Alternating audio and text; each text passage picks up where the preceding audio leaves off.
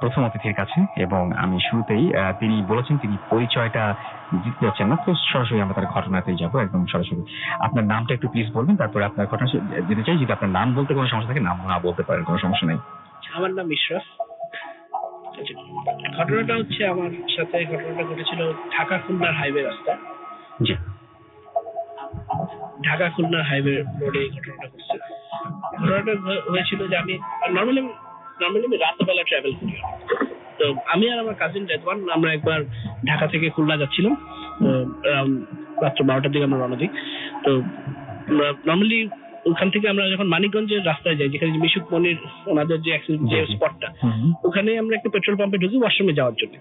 তো ওয়াশরুম থেকে বের হই, ওয়াশরুম থেকে বেরোনোর পরে নর্মালি আমার কাজিনকে ইনস্ট্রাকশন দেওয়া ছিল যে কোনো কথা না বলে, কারণ রাতেবেলা ড্রাইভ করতে গেলে ঘুমের ইয়েতে আবার কনসেন্ট্রেশন যেন ব্রেক না হয়। তো আমার কাজিন সে নাকি নোটিস করতে পারলো যে একটা সাদা রঙের ফিগার একটা ট্রাক আসতেছিল, ট্রাকের সামনে থেকে ক্রস করতে যায়, ট্রাক ওটাকে নাকি মেরে দিয়ে চলে গেছে।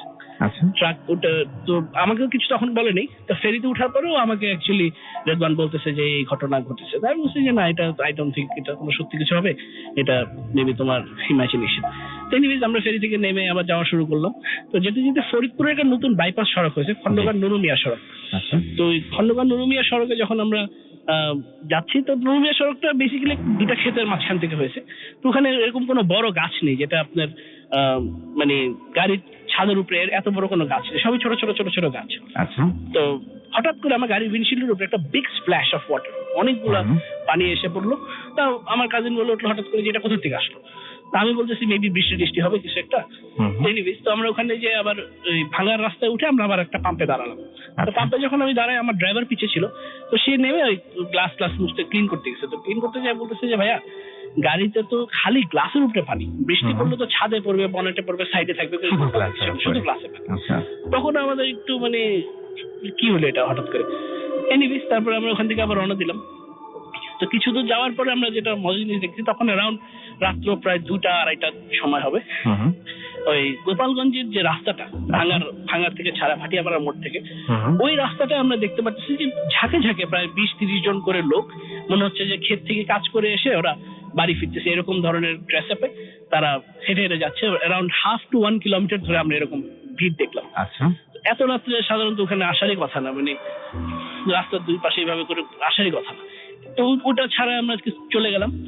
যাওয়ার পরে হঠাৎ করে আমি গাড়ি হার্ট ব্রেক করতে, কারণ আমার সামনে থেকে একটা লোক দৌড় দেয়। তো ওই লোকটা দৌড়তে যায় না, আমি এত জোরে ব্রেক করে আমি সাইডে তাকায়, মানে আমি কাজিনকে বললাম গ্লাসটা আমার নামায়, ওকে কিছু বলো, যে যেভাবে করে দৌড় দিল আল্লাহ মাফ করে একটা অ্যাক্সিডেন্ট হয়ে যাবে।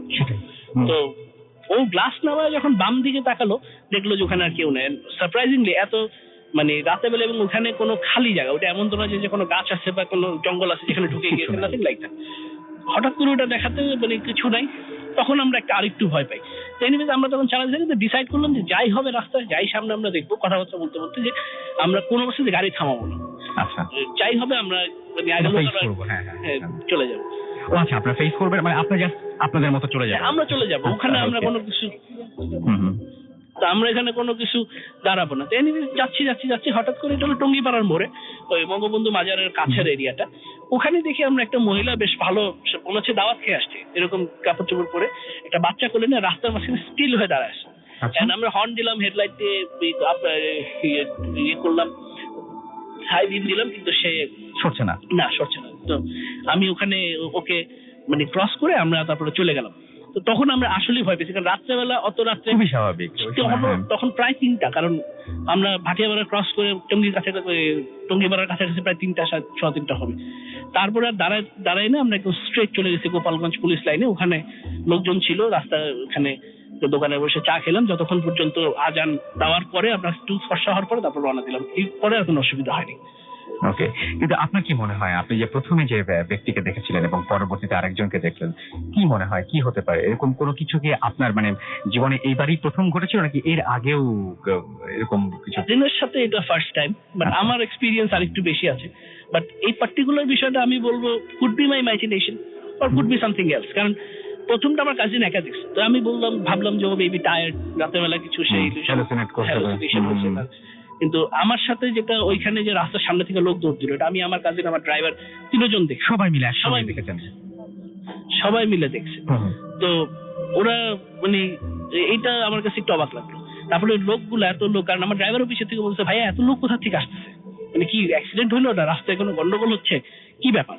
এবং টাইমটা যদি আপনি আরেকবার সবাইকে একটু মনে করে দেন, টাইমটা যখন ফার্স্ট দেখলাম তখন বাজে অ্যারাউন্ড আড়াইটা হবে।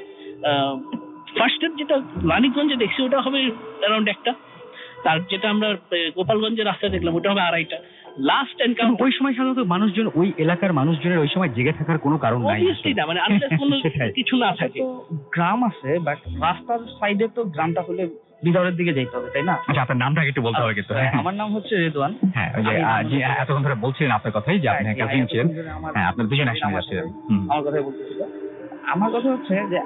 আমার কথা হচ্ছে যে মানে মানুষ যাবে, মানে যাইতে পারে আড়াইটা দিকে, কিন্তু 1/2 কিলোমিটার জুড়ে দুই পাশে গ্রুপ গ্রুপ গ্রুপ গ্রুপ এরকম এতগুলা মানুষ, তার উপরে হচ্ছে মানে এমন একটা ভাব মানে কেবল ক্ষেত্রে কাজ করে উঠছে, এখন মানে বাজারে আসে না, মানুষজন বাজারের দিকে যায় বা এই টাইপের একটা। কিন্তু এত রাতে তো এত মানুষ থাকার কথা নেই ইউজুয়ালি। আর আমার কাহিনী হচ্ছে, আমি এর আগে আমি কোনোদিন এগুলো বিশ্বাস করি নাই। আমি রাত 2টা, আমার গ্রামের বাড়ি হচ্ছে বরিশালে, তো ওখানে শ্মশান ঘাট আছে আরো দূরে, কাউখালী নামে একটা গ্রাম, মানে উপজেলা। ওখানে শ্মশান ঘাটে আমি আমার ফ্রেন্ডদের সাথে রাত 2টা পর্যন্ত আড্ডা দিছি। ইভেন আমার বাসার পিছনে হচ্ছে শ্মশান ঘাট। আমরা ইউজুয়ালি মানে হিন্দু মানুষদের তো শ্মশানে পোড়ানো পর্যন্ত দেখছি, বাট আমি কোনোদিন মানে আনইউজুয়াল কোনো কিছু দেখি নাই। আমার মধ্যে একটু সাহসটা এই জন্য এইসব বিষয়ে বেশি ছিল। কিন্তু আমি মানে এর আগে ভাইয়ার কাছে, মানে ভাইয়া অনেক কিছু দেখছে, আমি অনেক সময় আমাকে বলছে যে আমি একটু মানে হেলা করছি যে এটা দেখে না। তো ভাইয়া তখন আমার আরো বলতেছিল যখন দেখবা তখন নিজের আত্মা শুকায় যাবে। তো আমি তখন 2টা জিনিস দেখছি। একটা হচ্ছে যে ট্রাকটা ওটা দিয়ে ক্রস করলো, আর সবচেয়ে বেশি সারপ্রাইজ হয়েছে যে মানুষটা ক্রস করলো রাস্তাটা, আর একটা মানুষ, মানে ওই যে যখন গোপালগঞ্জের ভিতরে যেটা হচ্ছে সাদা পাঞ্জাবি পরার লোকটা, ওটা আমি যখন ক্লাস নামে দেখলাম, ও হলে তো থাকবে রাস্তার পাশে, তাই না? মানে ক্রস করছে সাথে সাথে ও কই যাবে, ভ্যানিশ হয়ে। আমি রাস্তার সাইডে গ্লাস নামে ওরা কিছু একটা বকাঝকা করবো, বাইরে নাইমা মানে তাকায় দেখি কিছু নাই। এই 2টা হচ্ছে আমার সবচেয়ে বেশি সারপ্রাইজ। আচ্ছা আচ্ছা, ওকে, আমরা আবারও আপনাদের কাছে আসবো, এবং তার আগে একটা ছোট্ট ঘটনা আমি একটু পড়ে ফেলি, যেটা আমরা পেয়েছি এই মুহূর্তে, এবং মানে বেশ কয়েকদিন আগেই পেয়েছি আর কি। এবং সেই ঘটনাটা আমাদের একজন লিসনার পাঠিয়েছেন, যিনি আজকে স্টুডিওতে উপস্থিত নেই। তার ঘটনাটা একটু পড়ে শোনাই। যেভাবে লিখেছেন আমি ঠিক সেভাবে পড়ছি। আমাকে লিখেছেন, আমি অস্কার আহমেদ। আসসালামু আলাইকুম রাসেল ভাই, আমি অস্কার আহমেদ, বসিরহাট থেকে লিখছেন তিনি। এবং লিখেছেন যে আমার কাছে ভৌতিক গল্পের ভান্ডার আছে বললেও ভুল হবে না, আর প্রতিটি ঘটনা আমার পরিবারের সাথে ঘটা, সুতরাং ঘটনাগুলো মিথ্যা হওয়ার প্রশ্নই ওঠে না। আমি ভারত থেকে বাংলাদেশে আসতে পারছি না এই মুহূর্তে, তাই বাংলাদেশের আমার এক ভালো বন্ধু সাদিয়া আপুকে দায়িত্ব দিলাম গল্পটা আপনাদের কাছে পৌঁছানোর জন্য। যাই হোক, আমি সরাসরি ঘটনায় চলে যাই। ঘটনাটা ঘটে 1968 সালের দিকে, এবং আমার সেজ খালুর পরিবারে, তার বাড়ি হুগলি জেলার এক গ্রামে, আর তারা পৈতৃক জমিদার বাড়িতে থাকতেন। তখন খালু একটি ব্যাংকে কাজ করতেন, সাথে সবসময় রাইফেল থাকতো, এবং সে কারণে হয়তো খালু একটু সীমাহীন সাহসী ছিলেন। এবং তিনি ভূত পরি জিনদের সাথে তার অনেকবারই এরকম দেখা হয়েছে, সবকিছুতেই তার বিশ্বাস করতেন কিন্তু ভয় ছিল না। তো একদিন ভোরবেলা ফজরের নামাজ পড়তে উঠে তিনি দোতলার বারান্দাতে আসেন, এবং নিচের দিকে তাকাতে তিনি দেখলেন যে নিচের বড় একটা পাঁচিলের উপরে একটি বিড়ালের মতো, কিন্তু ঠিক বিড়াল নয়, আকারে বেশ বড় একটা জন্তু বসে আছে, এবং কাছের পেয়ারা গাছে বারবার আঁচড় মারছে। এটা দেখে খালু ভয় পেলেনই না, বরং তাকে তাড়ানোর জন্য মুখ দিয়ে বিভিন্ন ধরনের আওয়াজ করতে থাকলেন। তবুও সেটি একটু নড়ল না দেখে খালুর মাথা গরম হয়ে ওঠে, এবং তিনি ঘরের ভেতর থেকে রাইফেলটা এনেই গুলি করে বসেন। এরপর তিনি দেখেন যে জন্তুটা পাঁচিলের ওপরে পড়ে গেল। রাস্তা দিয়ে কিছু মানুষ নামাজ পড়তে যাচ্ছিল, গুলির আওয়াজে তারা কাছাকাছি এসে খালুকে জিজ্ঞেস করে এই ব্যাপারে। খালু নিচে নেমে গেট খুলে পাঁচিলের ওপরে গিয়ে ওদেরকে ঘটনাটা বলতে যান, কিন্তু সেখানে সেই জন্তুটাকে বা কোনো রক্তের দাগ না দেখে খালু ওদেরকে কিছু না বলেই ঘরে চলে আসেন। আসলে খালু গুলিটা করেছিলেন জন্তুটা ঠিক মাথায়, সুতরাং সেটার বাঁচার কোনো সুযোগই থাকতে পারে না। আমি জানি না গল্পটা আগে পড়েছি কিনা, আমার পড়া লাগছে, যেভাবে যদি হয় তাহলে সরি আমি। আর সবচেয়ে বড় ব্যাপার হলো যে গুলি করার পর খালু স্পষ্ট দেখেছিলেন যে পাখিরের গায়ে রক্ত লেগেছিল, কিন্তু সামান্য ওপর থেকে নিচে আসার সময়টুকু পর সেটাও অদৃশ্য হওয়ায় তিনি একটু অবাক হলেন। এরপর খালু 3-4 দিন একটানা জ্বর আসে, এর বেশি কিছু না। এরপর খালু ও খালা সব ভুলে যান।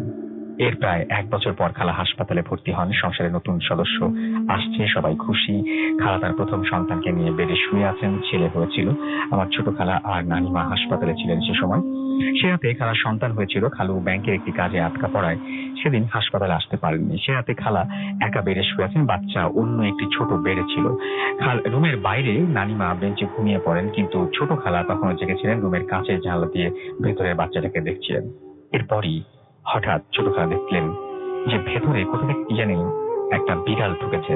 ঠিক বিড়াল নয়, বিড়ালের মতো কিন্তু বেশ বড়। সেটা আস্তে আস্তে বাচ্চার বেডের দিকে এগোচ্ছিল।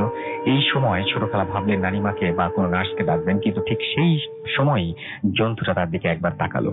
কি মারাত্মক সেই নজর! এতটাই মারাত্মক যে এরপর ছোট খালা তার শরীর এতটুকু নড়াতে পারলেন না, এমনকি মুখ দিয়ে কোনো আওয়াজও করতে পারলেন না। সেই সময় ছোট খালার কাছে শুধুমাত্র দেখা ছাড়া আর কোনো কিছু করার উপায় ছিল না। তিনি দেখলেন সেজ খালা বেডে ঘুমাচ্ছেন, কোনো নার্স রুমে নেই। আর তখনই ভয়ঙ্কর জন্তুটা বাচ্চার বেডে উঠে বাচ্চার গালে 2-3 বার চড় মারল। ব্যাস, এরপরেই ছোট খালা অজ্ঞান হয়ে যান। সকালে ছোট খালা দেখেন যে সবাই কান্নাকাটি করছে, বাচ্চাটা বাঁচেনি।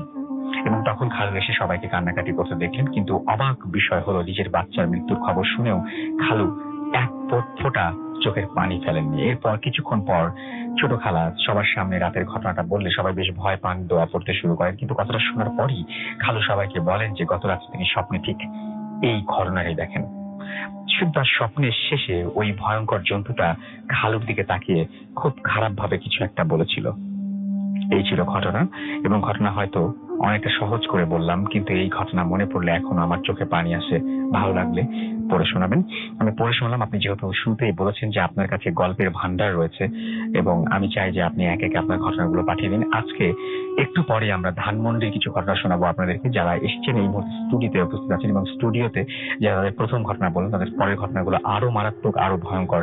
আশা করছি আপনারা জেগে থাকবেন এবং সেই সময়টুকু আমাদেরকে দিবেন যাতে আপনাদেরকে সব ঘটনাগুলো শোনাতে পারি, এবং আমাদের সাথে থাকবেন। আমি দেখতে পাচ্ছি যে SMS করেছেন অনেকে, আমাদেরকে আলমগীর আমাদের SMS করেছেন, এবং আমাদেরকে ফাহিম SMS করেছেন, এবং আমাদেরকে তিনি বলেছেন যে মানে বাংলাদেশের ট্র্যাডিশনাল শো হয়ে গেছে এবং তিনি এনজয় করছেন। জাস্টিন আমাদের SMS করেছেন, এবং আজকে বৃষ্টিতে তিনি ভূত FM শুনতে তার খুব মজাই লাগছে। জ্যাকলিন আমাদের নাটক থেকে SMS করেছেন। ইমন আমাদেরকে SMS করেছেন এয়ারপোর্ট থেকে। আসলে আমার ছোট ভাই তার নাম জুমন হোসেন। ওকে, হিমেল আমাদের গাজীপুর থেকে SMS করেছেন। আজকে অনেকদিন পর তিনি শুনছেন এবং তার কাছে ভালো লাগছে। আমাদেরকে ফারিহা লিখেছেন যে অসম স্টোরি ভাইয়া। ময়মনসিংহ থেকে উর্মি আমাদের লিখেছেন। গোলাম রাব্বি আমাদের মিটফোর্ড থেকে SMS করেছেন। সিদ্দিক খান আমাদের জুবাইন থেকে SMS করেছেন। নাইম আমাদের SMS করেছেন। SMS করেছেন আমাদেরকে দেখতে পাচ্ছি মিয়াদ, এছাড়াও কবির জিঞ্জিরা থেকে SMS করেছেন। দুর্লভ টাঙ্গাইল থেকে আমাদের SMS করেছেন। SMS করেছেন আমাদেরকে দেখতে পাচ্ছি আরো অনেকেই। বাহার আমাদের খিলগা থেকে SMS করেছেন। শর্মী গ্রিন রোড থেকে SMS করেছেন। SH আবরার হবি হাজারিবাগ থেকে SMS করেছেন আমাদেরকে। এছাড়াও SMS করেছেন দেখতে পাচ্ছি বাদল। আরো অনেকে SMS করেছেন। আপনি যদি SMS করতে চান মোবাইলের মেসেজ অপশনে গিয়ে টাইপ করুন ফুর্তি, FOORTI ফুর্তি, স্পেস দিয়ে লিখুন আপনার নাম, স্পেস দিয়ে আপনার মেসেজ পাঠিয়ে 940 নাম্বারে। আমাদের ফেসবুক পেজেও দেখতে পাচ্ছি অনেকেই লিখেছেন। শাহিদ খান লিখেছেন তিনি অ্যাপস দিয়ে ভূত FM শুনছেন, অ্যাপ দিয়ে। এছাড়াও তিনি বলছেন যে আমাদেরকে, এছাড়াও রাজ SMS করেছেন এবং শুনছেন তিনি ভূত FM খুব ভালো লাগছে। এগুলো সব ফেসবুকে আছে আমাদের পেজে। রাজীব হাসান আমাদের লিখেছেন রেডিও ফুর্তির পেজে, আপনাদের খুঁজতে হবে। এবং তিনি বলছেন যে আশা করছেন তিনি রাজীব যে আছে খুব ভয়ানক হবে। আমাদেরকে অ্যাঞ্জেল SMS করেছেন এবং তিনি বলছেন এক একটা শুনছি খুব ভালো লাগছে। এছাড়াও আমাদেরকে দেখতে পাচ্ছি ফারহা অরিন লিখেছেন যে পিকটা ভালোই রহস্যময়, মানে আমাদের ফেসবুকে যে পোস্টে যে ছবিটা দেওয়া হয়েছে সেই ছবিটার কথা তিনি বলছেন। সামি রহমান আমাদের লিখেছেন জোস ঘটনাগুলি। MD সজীব আহমেদ আমাদের লিখেছেন ফার্স্ট যে ঘটনাটা শুনেছেন সেটা সুপার, পরবর্তী যে ঘটনাগুলো আছে সেই ঘটনাগুলো আরো ভালো। আশা করছি যে সেই ঘটনা আপনারা শুনবেন। আপনি যদি ফেসবুকে আমাদের রেডিও ফুর্তির পেজে পোস্ট দেখতে চান এবং সেখানে আপনাদের কমেন্ট জানাতে চান বা লাইক দিতে চান, তাহলে আপনারা চলে যান www.facebook.com/radio.furti এবং এইখানে গিয়ে আপনারা আমাদের পোস্টটা দেখতে পারবেন এবং সেখানে গিয়ে আপনারা লাইক কমেন্ট যেটা দিতে ইচ্ছা করে সেটা আপনারা দিতে পারবেন। আর আমাদের আরেকটা পেজ রয়েছে, সেটা হচ্ছে bhutfm@radiofurti.fm। এটা হচ্ছে আমাদের ইমেল অ্যাড্রেস। আর আমাদের ফেসবুকের এই অ্যাড্রেস অর্থাৎ ভূতফমের যে পেজটা সেটা হচ্ছে www.facebook.com/bhutfm.russell। এখানে যেও আপনারা কিন্তু আপনাদের কমেন্ট করতে পারবেন এবং আপনারা আপনাদের ঘটনা মানে আপনাদের কোনটা ভালো লাগছে কোনটা ভালো লাগছে সেটা জানাতে পারবেন। যেমন আমাদের এখানে লিখেছেন এই পেজে ড্রিম বয় যে ভালোই লাগছে একা শুনছি। কেমন আছেন জানতে চেয়েছেন শেখ তানজিল রহমান, আমি সবসময় ভালো থাকি, সবসময় ভালো দলে। এছাড়া আমাদেরকে তানজিম লিখেছেন এত অ্যাড দিয়েন না প্লিজ, এখন আমরা কোনো ব্রেকে যাইনি। আমাদেরকে এমডি সজীব ইসলাম জীবন লিখেছেন ভূত এফএম শুনছি ভালো লাগছে, আজকে ভূত এফএম অনেক ভালো লাগছে লিখেছেন মনির হোসেন হাসান শুভ। এছাড়া আমাদেরকে দেখতে পাচ্ছি যে আরো অনেকেই এসএমএস করছেন এখানে এবং কমেন্ট করছেন। সো আপনারা যদি এখানে কমেন্ট করছেন তাহলে তুমি অ্যাড্রেস বলে দিয়েছি, ইমেল করে যদি আমাদের ঘটনা পাঠাচ্ছেন আমাদের ইমেল অ্যাড্রেস হচ্ছে ভূতফm@radiofm.fm। আশা করছি দারুণ দারুণ সবকিছু ঘটনা নিয়ে আবারও ফিরে আসবো কিছুক্ষণ পরেই।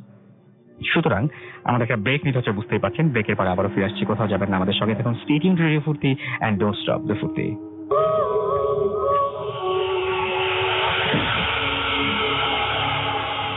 Welcome back. ঘড়িতে সময় রাত 12:25 শুনছেন সবসময় রেডিও ফুর্তি 88.2 FM। আমি রাসেল আছি, সাথে আমার সাথে রয়েছে মাসুম। আজকে অতিথিরা আমরা কোনো কথা না বাড়িয়ে সরাসরি চলে যাই ঘটনায়। ধানমন্ডির ঘটনা শুনতে চাই। ওটা অ্যাকচুয়ালি আমার বাসায়।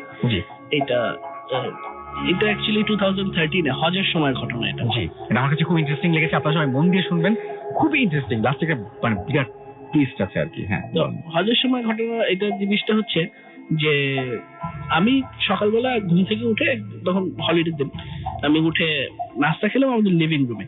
তো লিভিং রুমের সাথেই আবার একটা ব্যালকনির মতন আছে যেখানে ফুলের টপ রাখা থাকে। তো নাস্তা খেয়ে আমি আবার মোড়ার উপরে রেখে খেয়েছিলাম। তো আমি কাজের মেয়েকে বললাম যে দরজাটা খুলে মোড়াটা রেখে বারান্দার মধ্যে।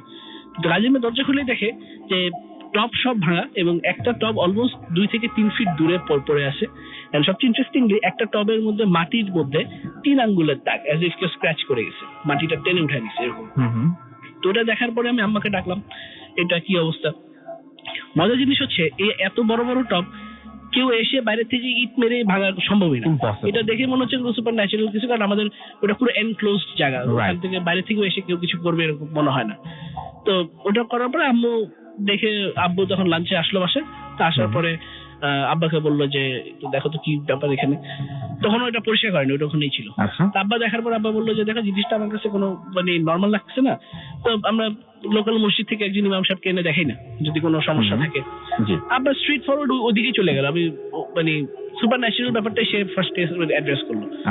ইমাম সাহেব ওরা আব্বা ওনার সাথে কথা বলে এসে উনি এসে দেখে যেটা বললেন যে আমি বিকাল বেলা জানাবো ইয়ে করবো, তা আপনারা এখন নর্মালি থাকেন। তো দুপুরবেলা আম্মা একটু শরীর খারাপ হয়, বাট নাথিং সিরিয়াস। বিকালে ঠিক আসরের নামাজের পরে মাগরিবের আগে আমাদের একটা রুম আছে, ওই রুমের ভিতরে ওয়ার্ডরোবের উপরে লাল রঙের অনেকগুলা লবণ জাতীয় একটা জিনিস রাখা, which is red, মানে সি সল্টটা এত রেড হবে বলে আমার মনে হয় না। আচ্ছা, তো এরকম একটা রেড। তো লবণ এটা বুঝলো আমাদের বুয়া, আবার সে এসে ওটাকে আবার মানে নিজেই ফাট করে মুখের মধ্যে দিয়ে বললো যে আল্লাহ এটা তো লবণ টেস্ট, এটার জন্য এটা বুঝতে বললাম যে এটা একটা সল্ট। তো ওইখানে এটা রাখা। তো তখন সন্ধ্যাবেলা হুজুর আবার আসলেন। তো উনি বললেন যে দেখেন এই রুমটাকে বন্ধ করে রাখেন, যে রুমের লবণটা পাওয়া গেছে রুমটা বন্ধ করে রাখেন, রাতের বেলা কেউ খুলেন না, একবারে কালকে সকালবেলা দিন হলে পরে খুলেন। আচ্ছা। তো আম্মা স্বাভাবিক আম্মা বন্ধ করে, আর আমাদের বাসার নিয়ম হচ্ছে যত রকম লক করার পরে রাতের বেলা চাবি আম্মার বেডরুমের মধ্যে থাকবে। তো আমার বেডরুমে ছিল, রাতের বেলা কেউ বের হয়নি। তো সবাই ঘুমাই গেছে, মানে ওখানে ওই রুমের মধ্যে যাওয়ার কোনো চান্সই নেই। সকালবেলা আমার ফজরের আজানের পরে নামাজ পড়ে সে যে রুমটা খুলতে গেছে, রুম খুলে সে স্টান। সে দেখে যে রুমের ভিতরে যে ম্যাট্রেস, চাদর, বালিশ সব মানে ছিঁড়ে বিড়ে শেষ। বাথরুমে যত টয়লেট্রি সবকিছু ওই বিছানার উপরে এনে ফালানো, ফার্নিচারের মধ্যে স্ক্র্যাচ মার্ক, তারপরে টেবিল ল্যাম্পের উপরে স্ক্র্যাচ মার্ক, মানে শেড ছিঁড়ে ফেলছে, মানে এক্সট্রিম মানে ডিভাস্টেটেড ওই জায়গাটা। তো ওইটা দেখে আমরা মানে অবাক, আমরা ভাবলাম কি চোট্ট রাষ্ট্র নাকি। আচ্ছা, তো ওখানে যে আমার জানলা দেখে জানালা বন্ধ। আর মজা হচ্ছে আমাদের বাসা হলো পুরোটাই সিসিটিভিতে দেখা যায় বাইরের দিক থেকে। তো বাউন্ডারি ওয়াল টপকায় যে কেউ আসবে থার্ড ফ্লোরে সেটাও সম্ভব না, কারণ আর সিসিটিভিতে কিছু ছিল না, তো অবভিয়াসলি কেউ আসেনি। তো এইটা হওয়ার পরে সকালবেলা তার সাথে সাথে আবার হুজুরের সাথে কথা বলা হলো। তো কথা বলার পরে হুজুরে এসে বললো যে এখানে তো একটা ফার্নিচারের আপনাদের কোনো কি অসুবিধাটা হচ্ছে, এই একটা ফার্নিচার ছিল, ওই ফার্নিচারটাকে জাস্ট মুভ করে আরেকটা জায়গায় রাখতে বলবো। যখন এই ফার্নিচারটা মুভ করলো ওই এপিসোডটা কিন্তু শেষ হয়ে গেছে, ওরকম কোনো আর ঘটনা ঘটেনি। ইন্টারেস্টিং আফটার 2-3 ডেজ দেখা গেছে যে আমাদের ওই রুমেরই বিছানার উপরে অনেকগুলো পয়সা, সবচেয়ে মজা হচ্ছে পয়সাগুলো হলো 1800s এর আমলের হুম, ইস্ট ইন্ডিয়া কোম্পানি একদম। লেখা পয়সা। সেটাই, Which এটা was কে surprising, রেখে যাবে, মানে ওই কে রেখে যাবে এটা? আর কোথা থেকে পাবো এই জিনিস? সেটাই। এটা তো দুর্লভ একটা জিনিস। রাইট।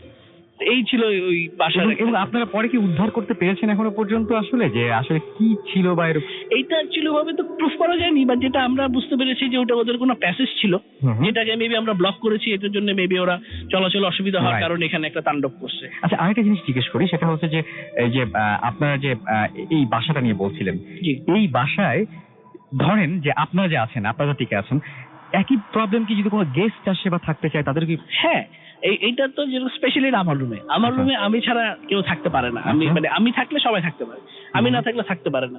যেরকম আমার এক মামা এসেছিলেন ওখানে, মানে হুম। আমাদের এক ফ্যামিলি, একটা মুরব্বী মারা যাওয়া, তো ওরা সবাই এসে আমাদের বাসায় ছিল।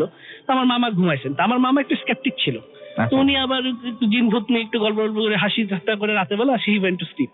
রাত 3টার সময় সে এসে আম্মার রুমে মানে দরজার মধ্যে অনেক জোরে জোরে বাড়ি, সে বলতেছে যে আমাকে বলে জানলা থেকে হাত এসে কে মারছে, থাপড় টাপড় দিছে, মুখ টুক ফুলাই দিছে। তারপর আমার এক খালার সাথে এরকম ঘটনা ঘটছে যে তাকে লাথি মারা হয়েছে।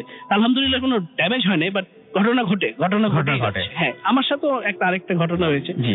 যদি এটা হচ্ছে এই বছরেরই ঘটনা, মানে এই বেশ কিছুদিন আগে, মানে এই বছরের মধ্যে, হুম। টাইমটা মনে নেই। তো রাতের বেলা আমি ঘুমাচ্ছি, ঘুমের মধ্যে আমি স্বপ্ন দেখতেছি যে একটা ছোট একটা বাচ্চা আমার পার মধ্যে খামচি দিয়ে আমার গলা চেপে ধরছে এসে গার উপরে, তার এবং নাক মুখ থেকে আমার সব খাবার দাবার চলে আসছে। হুম। তো এটা এই স্বপ্নটা দেখতে দেখতে আমার ঘুম ভেঙে যায়। ঘুম ভেঙে আমি দেখি আসলে আমার নাক মুখ থেকে খাবার চলে আসছে। তা আমি ভাবছি মেবি হেভি খাওয়া দাওয়া করছি, কোনো ইনডাইজেশনের জন্য এটা হতে পারে। তা আমি উঠে যে আম্মার ঘরে গেলাম, যাই বললাম যে আম্মা আমাকে ওষুধ টষুধ দাও, আমি খেয়ে আমি ওখানে বসলাম। প্রায় তখন 4টা বাজে। বসে টসে আমি যখন একটু সুস্থ ফিল করি তখন আমার রুমে ঘুমানোর জন্য আসতে যাই। যখন আমার রুমে বিছানা থেকে নেমে ফ্লোরে পাড়া দিই, তখন আমি দেখি আমার বাম পায়ের মধ্যে, মানে তালুর মধ্যে খুব জ্বলতেছে। আচ্ছা। তো আমি পাটা উঠাইলাম, পাটা উঠাই আমি যখন দেখি যে 3 আঙ্গুলের ওই সেম স্ক্র্যাচ মার্ক আমার পার মধ্যে, এইটাই, হ্যাঁ, এটা আমি জানার শুনতে চাচ্ছিলাম এটা। হ্যাঁ, which was there for around 2 weeks। আমি মানে ওই জিনিসটা স্মার্টটা ছিল। তো ওইটা আমার কাছে অ্যাকচুয়ালি কোনো এক্সপ্লেনেশন নাই, এটা কোথা থেকে আসলে, কেমনে হলো। এবং সেটা কি অনেক ডিপ ছিল আপনি বলছেন? হ্যাঁ, বেশ ডিপ ছিল, কারণ 2 সপ্তাহ ধরে ওটা হিল হতে সময় লাগছে পুরোপুরি ঠিক হতে। তো অনেক ডিপ ছিল, রেড ছিল, মানে তাজা উল ছিল, এমন যে না যে আমি, আর পার নিচে তো একটু চামড়াটা মোটা হয়। জি। সো আপনি যদি মানে চুলকাইতেও যান, আই ডোন্ট থিঙ্ক ওখানে এরকম কোনো স্ক্র্যাচ হওয়ার চান্সেস আছে। রাইট। আর হলো খুব সামান্য হবে, মানে অত ডিপ হতে গেলে ডেফিনেটলি কোনো ইনস্ট্রুমেন্ট ইউজ করতে হয়েছে, অথবা কোনো শার্প কোনো অবজেক্ট দিয়ে কিছু করছে। ওকে, আমি আপনার কাছে এখন চলে আসি এবং আপনাকে একটু জিজ্ঞেস করি যে ওই বাসায় আপনিও কি যান মাঝে মাঝে? হ্যাঁ, আমি মোস্ট অফ দ্য টাইম মানে ভাইয়ার রুমেই থাকি। মানে হুম। যখনই যাওয়া হয় আমি আর ভাইয়া এক রুমে স্টে করি। তা মানে এই কাহিনীটা যখন হয়েছে হুম। তখন আমি ওই দিন ওই বাসায় ছিলাম না, আমি ভাইয়ের সাথে প্রায় থাকা হয়।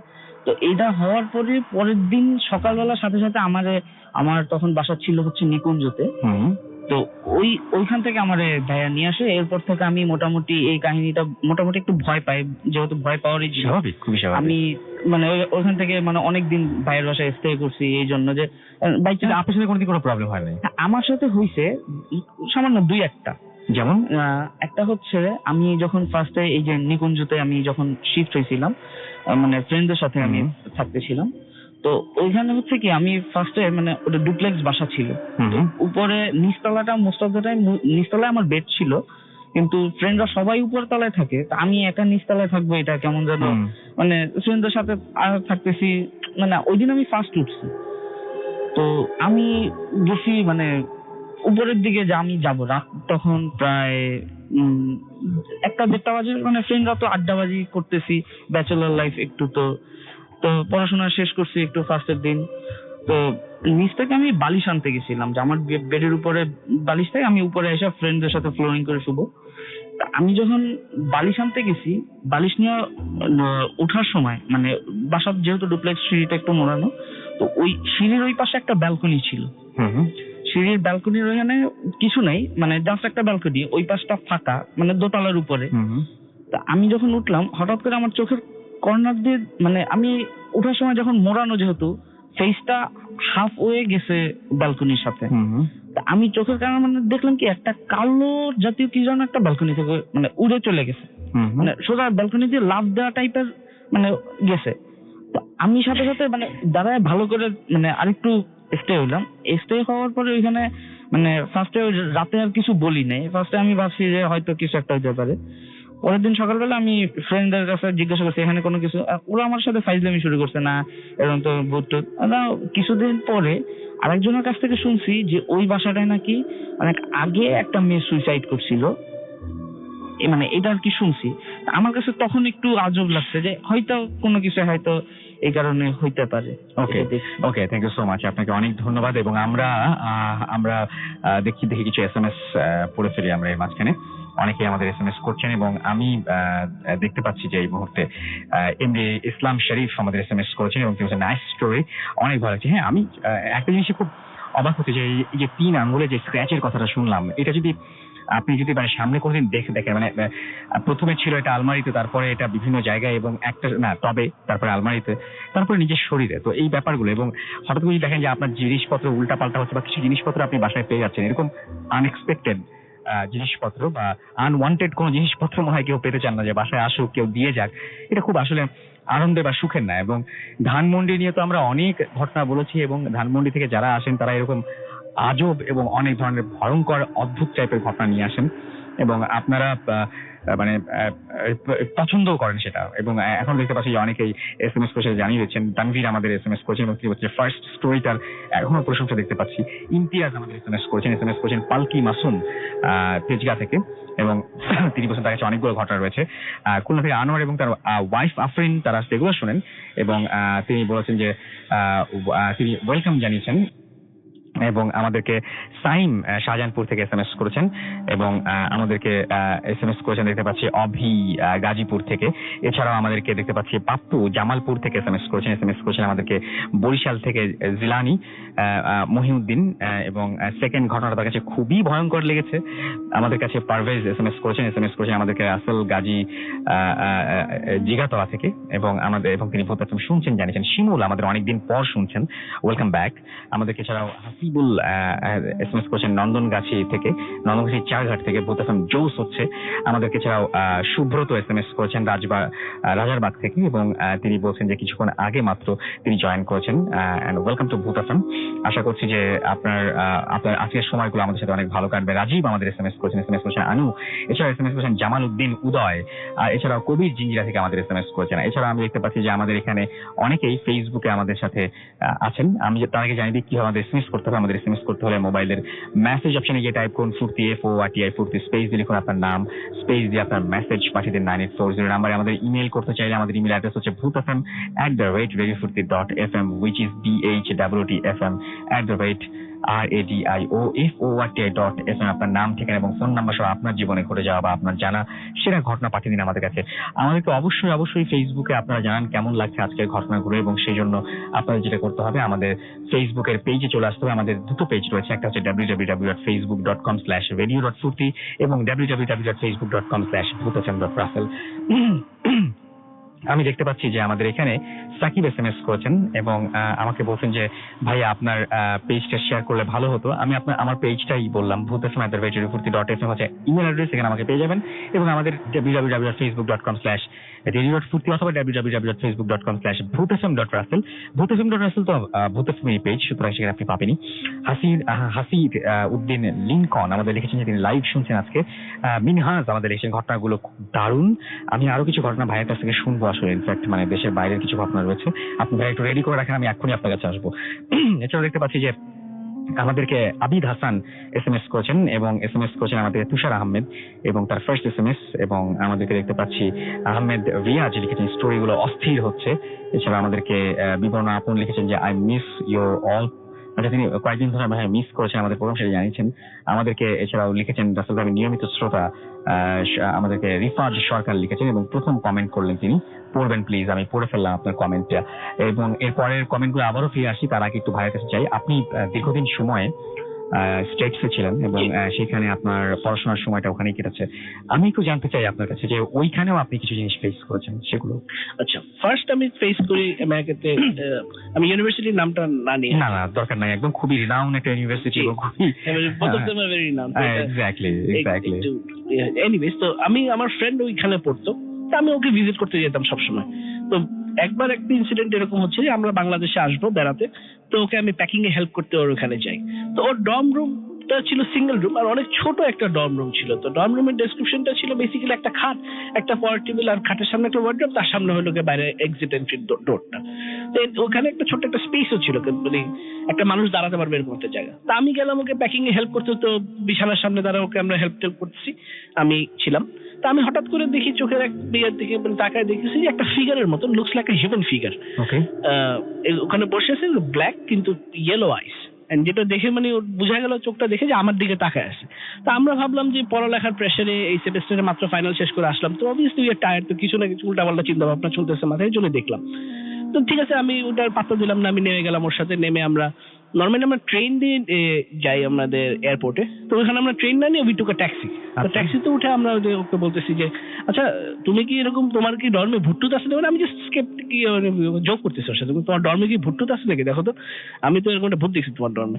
তো ওর না চেহারা দেখলাম যে একটু সিরিয়াস হয়ে গেল, বলতেছে কেন, কি দেখছো তুমি?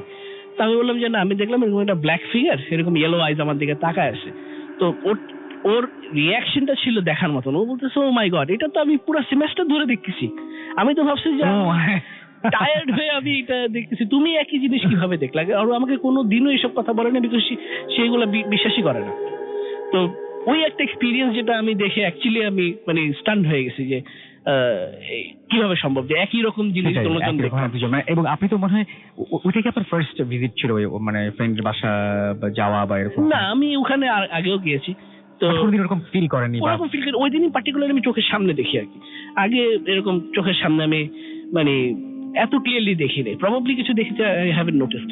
ওকে, আরো কিছু ঘটনা যদি ওখানকার কিছু ঘটনা যদি আপনার থাকে তাহলে বলতে পারেন আপনি। আমেরিকাতে যেরকম, আমেরিকা বা বাংলাদেশ যেখানে আপনার বলতে ইচ্ছা করে। বাংলাদেশে আমার সাথে ইন্টারেস্টিং কিছু কিছু ঘটনা ঘটছে। জি। যেরকম আমাদের বাসাটা আমি আপনাকে বললাম, জি। আমার বাসায় এরকম ড্রাইভাররা অনেক কিছু দেখে। তারপরে বাংলাদেশে যে কোনো জায়গায় আপনি যে কোনো জায়গায় বলতে পারেন। এবং আপনি একটা জিনিস বলছেন, আপনার বাসায় যে এত কথা বললেন, বাসাটা যখন আপনারা ওঠেন, Yes, হ্যাঁ আমি আমি অ্যাকচুয়ালি এটা মনে করছিলাম যে আমি কি যেন মিস করছি আমার বাসা সম্পর্কে। মানে কোথা থেকে কিনছেন বা কি অবস্থা সেটা আমরা জানতে চাই না, দরকার নেই, কি কি হয়েছিল এটা আমাদের বাসাটা অ্যাকচুয়ালি বানানো, এটা আমাদের জি। নিজেরাই করা। তো যখন ফাউন্ডেশন কাটে, জি, তো বাসাটা একটা মানে যে কোনো একটা হসপিটালের দখলে ছিল এই একটা ল্যান্ডটা, তো ওটা পরে ওখান থেকে আমরা নিয়ে নিবিস। তো যখন আমরা ফাউন্ডেশনের জন্য মাটি কাটা হয়, তখন কিছু দূর যাওয়ার পরে দুটা গলিতে লাশ পাওয়া যায়, যেটা মানে কোনো পরিচয় পাওয়া যায়নি। আমরা মোটামুটি আইন সংস্থার সাথে কথাবার্তা বলেছি, বাট ওটা কোনো পরিচয় পাইনি। তো পুলিশ আর বললো যে দেখেন এখানে কেস টেস করে ঝামেলা করে লাভ নেই, আপনি মানে যেহেতু কিছু পাওয়া যায়নি এটাকে আর কিছু করা লাভ নেই। তো আমরা ওখানে জানাজার পরে ওখানে দাফন করে দিছি। ওইখানেই আমাদের ওই ল্যান্ড, আমাদের পিছনেই একটা জায়গা আছে যেটা খালি জায়গা, ওখানে কেউ জানে, একটা পাক পবিত্র, ওই জায়গাটা আমরা দাফন করে দিই।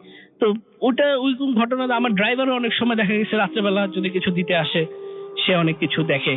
তো আমাকে একদিন যদি বলে ভাইয়া আমি তো এরকম সিঁড়ি থেকে নামার সময় লাশ দেখছি, কি ফর্মে দেখে, বলে যে সে বলে যে খাটিয়ার মধ্যে যেরকম মানুষের লাশ থাকে ওরকম ভাবে পড়ে আছে। তা আমার বাসা আরেকটা লোক আছে যে আমাদের সিকিউরিটি ইনচার্জ, তো সে বলতেছে যে স্যার আমি এরকম একদিন ঘুমাচ্ছিলাম, তো আমি হঠাৎ করে দেখতেছি জানলার ওখানে আওয়াজ করে। তা আমি লাফ দিয়ে উঠে আবার দেখতে গেলাম, তো দেখে যে কিছুই নেই। তো এরকম কয়েকটা ঘটনা ঘটে। তো আমার সাথে আরেকটা কথা আমি আসলে এই ঘটনাটা শেয়ার করতে চাচ্ছিলাম, ছোট্ট একটা স্টোরি। খুলনায় যাওয়ার সময়, আমার যত ঘটনা মেজরিটি খুলনা যাওয়ার রাস্তায় হচ্ছে। তা আমি যাচ্ছিলাম খুলনাতে, আমি আর আমার ড্রাইভার একা রাতেবেলা, ওইটাও প্রায় 3-4টার দিকে ঘটনা হবে। ওটা হলো তিলকছাড়া গ্রামে, ফকিরহাটের ওখানে। আচ্ছা, তিলকছাড়া একটা জায়গার নাম আছে ফকিরহাটের কাছে, ওই জায়গাটা। তা আমি ওখানে রাস্তার পাশে গাড়ি থামিয়ে মানে আমি ওয়াশরুমে যেতে নামছি। তো আমার ড্রাইভার বলতেছে যে ভাইয়া যখন আপনি ইয়াতে ছিলেন, প্রস্রাব করতেছিলেন, তখন আমি দেখলাম আপনার পিছনে একটা ফিগার, লোক দাঁড়ানো, অনেক পশম গায়ে, সাদা রঙ। আচ্ছা, তো আমি বললাম যে আমি তো কিছু দেখিনি। আমি বললাম আপনি কেমনে ঠিক ছিলেন? বলে যে ভাইয়া আমি কি বলবো ওই সময় আপনাকে। ওটা বললো যে আমি যদি ভয়টা প্রকাশ করি তো আমি এখানে কাবু হয়ে যাবো। তো আমি ওখান থেকে আমরা রওনা দিলাম। তো ইন্টারেস্টিংলি একটা বড় একটা বিড়াল, ব্রাউন কালারের একটা বিড়াল, বাম দিক থেকে ডান দিকে গেল গাড়ির সামনে থেকে দৌড়তে। গাড়ি কিন্তু ভালো স্পিডে চলতেছে, হাইওয়েতে রাতের বেলা খালি। And after 2-3 minutes একই রকমের বিড়াল আমি ডান থেকে বামে দেখলাম, which was kind of surprising, যে মানে সেটাই কিনা আবার। হ্যাঁ, এইটা এই একই ঘটনা আবার খুলনাতে। বিড়াল কি মানে দেখতে একই রকম ছিল? দুটো বিড়ালই আসলে স্পিডে ছিল তো ওভাবে খেয়াল করি না, বাট লুকস লাইক এ বিড়াল, মানে ব্রাউন কালারের বিড়াল, অবভিয়াসলি যেটা পাস করেছে মানে দেখতে আমার কাছে সেমই লাগে। সেম মনে হয়েছে। খুলনাতে যেরকম আমরা স্পষ্ট ভাবে দেখেছি, খুলনাতে জায়গাটার নামই আমি বলি যে আপ্যায়ন কমিউনিটি সেন্টারের সামনে খালিশপুর এলাকায় আমি আর আমার কাজিন তাহিন খুলনা থাকে, তো ওর সাথে আমি এরকম খুলনাতে রাতের বেলা গাড়ি নিয়ে বের হয়েছি চা খেতে যাবো।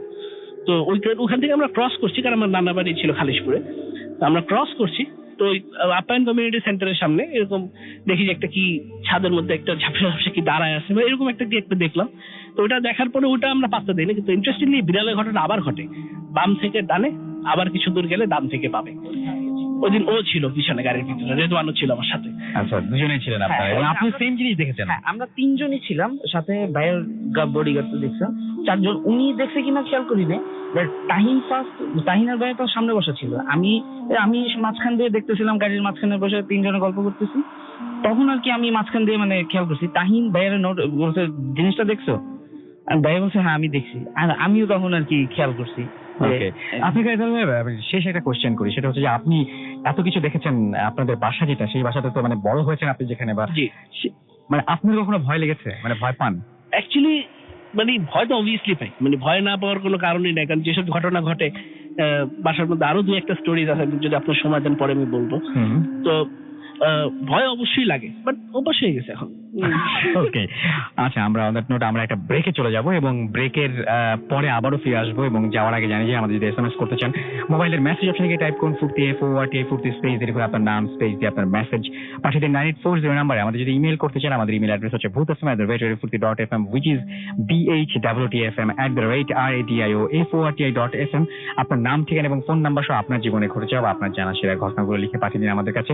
ঘটনার শুরুতে অবশ্যই উল্লেখ করুন যে ঘটনাটি আপনি স্টুডিওতে শেয়ার করতে চান, নাকি আপনি চান যে আপনার ঘটনাটা আমরা পড়ে শোনাই। আর যারা দেশের বাইরে রয়েছেন তারা সরাসরি অডিও ক্লিপ পাঠিয়ে যেতে পারেন আমাদের কাছে। আমাদের ফেসবুক অ্যাড্রেস হচ্ছে www.facebook.com/radio.furti এবং www.facebook.com/bhutfm.russell। চলে যাবো একটা ছোট্ট বিরতির পরে আবারও ফিরে আসবো। সেই পর্যন্ত আশা করছি আমাদের সঙ্গেই থাকবেন। স্টে টিউনড রেডিও ফুর্তি অ্যান্ড ডোন্ট স্টপ দ্য ফুর্তি।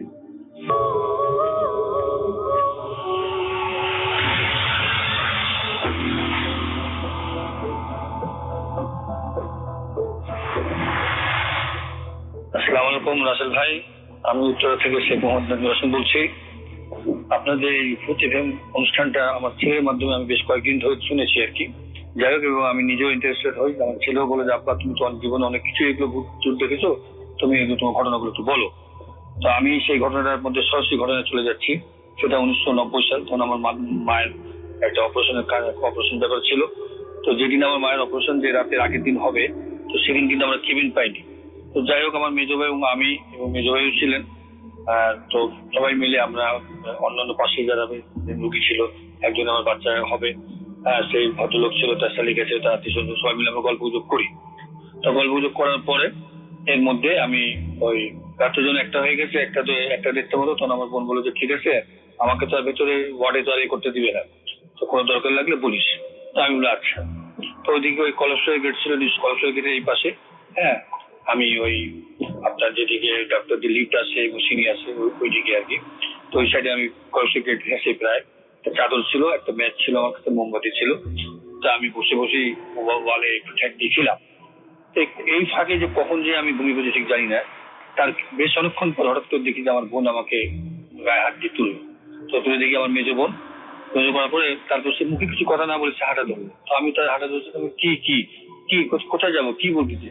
তো আমাকে ইশারায় বলতেছে যে তুই আমার দিকে আয়, এদিকে আয়। তারপর হঠাৎ করে দেখি যে সে দূরে সরে গেলো, যেদিকে আপনার কেবিন টেবিন আছে। দূরে সরে পরে ওখান থেকে সে হাত দিয়ে আমাকে ডাকতেছে। তো ততক্ষণে কিন্তু আমার কিন্তু সেন্স বলতে গেলে যে আমি কোথায় আছি কি আছি নাই। হঠাৎ করে লাইট পড়ছে আমার, ততক্ষণ আমার সেন্স আছে। আরে তখন আমি তাকে বলতেছি চিৎকার করে, কেন রে তুই আমাকে ওদিক কেন ডাকতেছিস? এর মধ্যে হচ্ছে কি আবার কতগুলো লোকের আওয়াজ, সিঁড়িতে কতগুলো লোকের আওয়াজ, আবার ওই নার্স ফার্সের আওয়াজ মনে হচ্ছে। তো আমি তাড়াতাড়ি নিজেকে গুছাই নিলাম, কারণ আমাকে ওই জায়গায় যদি একা দেখে যদি কিছু জিজ্ঞেস টিজ্ঞেস করে আর কি। তো আমি মনে মনে প্রশ্ন ঠিক করলাম, উত্তর ঠিক করলাম যে আমাকে যদি প্রশ্ন করে যে তুমি এখানে কেন, তো বলবো, তখন আমি বলবো যে আমার মায়ের অপারেশন হয়েছে, আমরা কেবিন পাইনি, তাই আমি এখানে আছি। এই বলে আমি ওই ভদ্র মহিলাকে দিকে, নার্সের দিকে হঠাৎ করে তাকিয়ে দেখতে যাব। তো হঠাৎ করে তার জুতার দিকে নজর পড়লো, কালো জুতা এবং সাদা ড্রেস পরে আসি। তো তারপর যখন আমি তার পা থেকে মাথা পর্যন্ত দেখতে যাব, হঠাৎ দেখি যে মহিলাটা কি চেহারা তার, যে গরুর যেমন আপনার ওই গরুর ছেলে কষারে যেমন ছেলে দেয় গরুর মাথাটা, ঠিক ওই রকম হয়েছে। চোখগুলো বাইরে হয়ে আসছে, এবং তার শরীরটার মানে মুখ থেকে মুখমণ্ডলটার মধ্যে থেকে মানে চামড়াটা টেনে টেনে কে যেন একেবারে টেনে দিয়েছে এবং রক্তটা আপনার ফোটা ফোটা রক্ত পড়তেছে।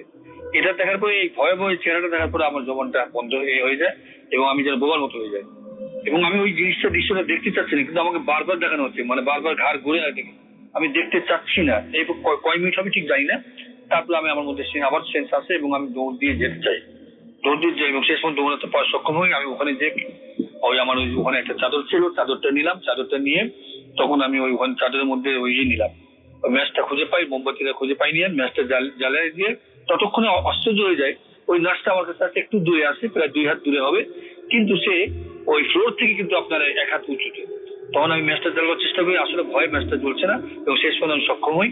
ম্যাচটা জ্বালাবার পর যখন তার দিকে ওই আগুনটা ছুঁয়ে মারি, আমি আগুনে ছুঁয়ে মারার পরে কারণ আমি জানতে পেরেছি অনেক মুরব্বীরা বলছে যে আগুন থাকলে কেউ মানে এগুলো একটু ভয় পায়, চলে যায়, এবং সত্যি আগুনটাও নিভে গেল এবং ওই মহিলাটা ওই যে ভয়াবহ চেহারাটাও চলে গেল। তো যাই হোক, এরপর আমি মানে আমার বেশ অন্যরকম লাগলো, আমি যে মানে কেমন যেন একেবারে কাউকে যে ডাকবো সেই অবস্থা আমার নেই। তখন আমি পুরো গায়ের চাদরটা দিয়ে একদিন যেখানে বসে বসে ঘুমাচ্ছিলাম ওখানে চলে যাই এবং ওখানে অবস্থায় আবার থাকি। তারপর আমার ঘুমিয়েছে, কিছুক্ষণ পরে কতক্ষণ আমি ঠিক জানি না, হঠাৎ করে আমার বোন আসছে, আমাকে গায়ে তুললো, একটা নর্মাল স্বাভাবিক। বোনকে আর বলিস কি রে, কি অবস্থা রে? আমি বলতেছি এই জানিস আমি তো, আমার বোন কোনো উত্তর দিল না। তারপর দেখি বারান্দার দিকে, সামনে বারান্দাটা আছে, বারান্দার দিকে তাকিয়ে আমার দিকে তাকিয়ে হাসতেছে। হাসা যাওয়ার পরে তারপর দেখি তো বাবা সে তো একটু প্রায় পড়ে যাচ্ছে। তখন আমি তাকে হাত দিতে গিয়ে যাবো, তখন ঘুরে তাকে আমার দিকে তাকিয়ে যাচ্ছে, তখন দেখি না আমার বোন তো না, ওই সেই ভয়াবহ চেহারাটা। তখন আমি কেমন কাঁপুনি আরম্ভ করি এবং তার মুখে কোনো রকম করে চাদর দেওয়ার মুখ ঢাকার চেষ্টা করি। করার পরে তারপর ততক্ষণই আবার কিন্তু আমার কিছুক্ষণ পর ঘুম এসে যায়। এর কিছুক্ষণ পর আবার যখন ঘুম আসছে দেখি যে আবার সেই একই দৃশ্য। তখন আমি চুপচাপ থাকি। তারপরে সকাল মনে হয়ে যায়, সকালের দিকে একটা আমাকে ডাকাডাকি করে, ততক্ষণ আমার কে যায় আমাকে ডাকতেছে। তখন বলছে এই যে ভাই আপনি মাথার থেকে আপনার চাদরটা এই করেন তো, আপনি এই কি বসে বসে কি ঘুমাচ্ছেন, চাদরটা সরান। আমি কিন্তু ভূত নই। আমি জি আপনি ভয় পেয়েছেন? আমি তো ভয় পাইনি, আসলে তো আমি ভয় পেয়েছিলাম। বলে না আসলে আপনি ভয় পেয়েছেন, শোনেন আপনি কি ওই লোককে ওই মহিলাকে দেখছেন ওই যে চোখগুলো বড় বড়? তখন আপনি জানলেন কি? আর আমি জানবো না? যে ওখানে নার্সে আমাদের মতো কাজ করতো, তো ওই বেশ কিছু 2-3 বছর হলো ও সুইসাইড করছে। তারপর থেকে সে যখন খালি রাতের বেলা কাউকে যদি একা পায় তখন সে ভয় দেখে, কিন্তু কারো ক্ষতি করে না। আর আমার কাছে আরো বই আছে, তো আর গল্পটা যদি এটা যদি ভালো লেগে থাকে এবং যদি বলেন তাহলে আমি আরো এটা বলতে আপনাদেরকে দেখি ঘটনাগুলো বলতে পারবো। তো আল্লাহ হাফিজ। Bhoot FM. The night comes alive with Gramophone.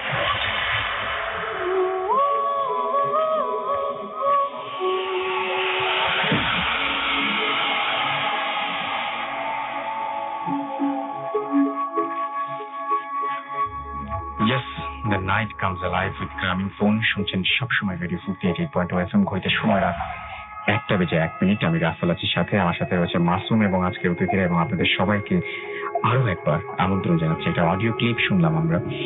আমি জানি না যে আপনাদেরকে এই ঘটনাটাও শেয়ার করেছিলাম কিনা, প্লিজ আমার মানে এই জিনিসগুলো আমার মনে রাখা খুব কষ্টকর, বাট আমি আজকে যখন দেখছিলাম যে কোন ঘটনাগুলো আপনাদের শোনানো যায়, সেখানে আরো একটা চমৎকার ঘটনা আমি পেয়ে গিয়েছিলাম এবং সেই ঘটনাটা আমি একটু আপনাদের সাথে শেয়ার করতে চাই। যে ঘটনাটি আমাদের একজন লিসেনার তিনি আমাদের ইমেল করেছেন। হয়তো ঈদের সময় আমি ঘটনা শুনিয়ে থাকতেও পারি, বাট ভালো ঘটনা 2বার শুনলে হয়তো আপনারা মাইন্ড করবেন না। যদি এটা যদি ফার্স্ট টাইম হয় তাহলে তো খুবই ভালো কথা। যাই হোক, যিনি তিনি লিখছেন এইভাবে যে লুৎফর কায়সার লিখছে, ঘটনাটি যদি সিলেক্ট হয় তাহলে পড়ে শুনুন, স্টুডিওতে যাওয়া আমার সম্ভব নয়। ঘটনাটি আমার এক সিনিয়র ভাইয়ের, ওই ভাইয়ের অনুমতি নিয়ে এই ঘটনাটা পাঠাচ্ছি, তবে উনি নাম প্রকাশে ইচ্ছুক নন।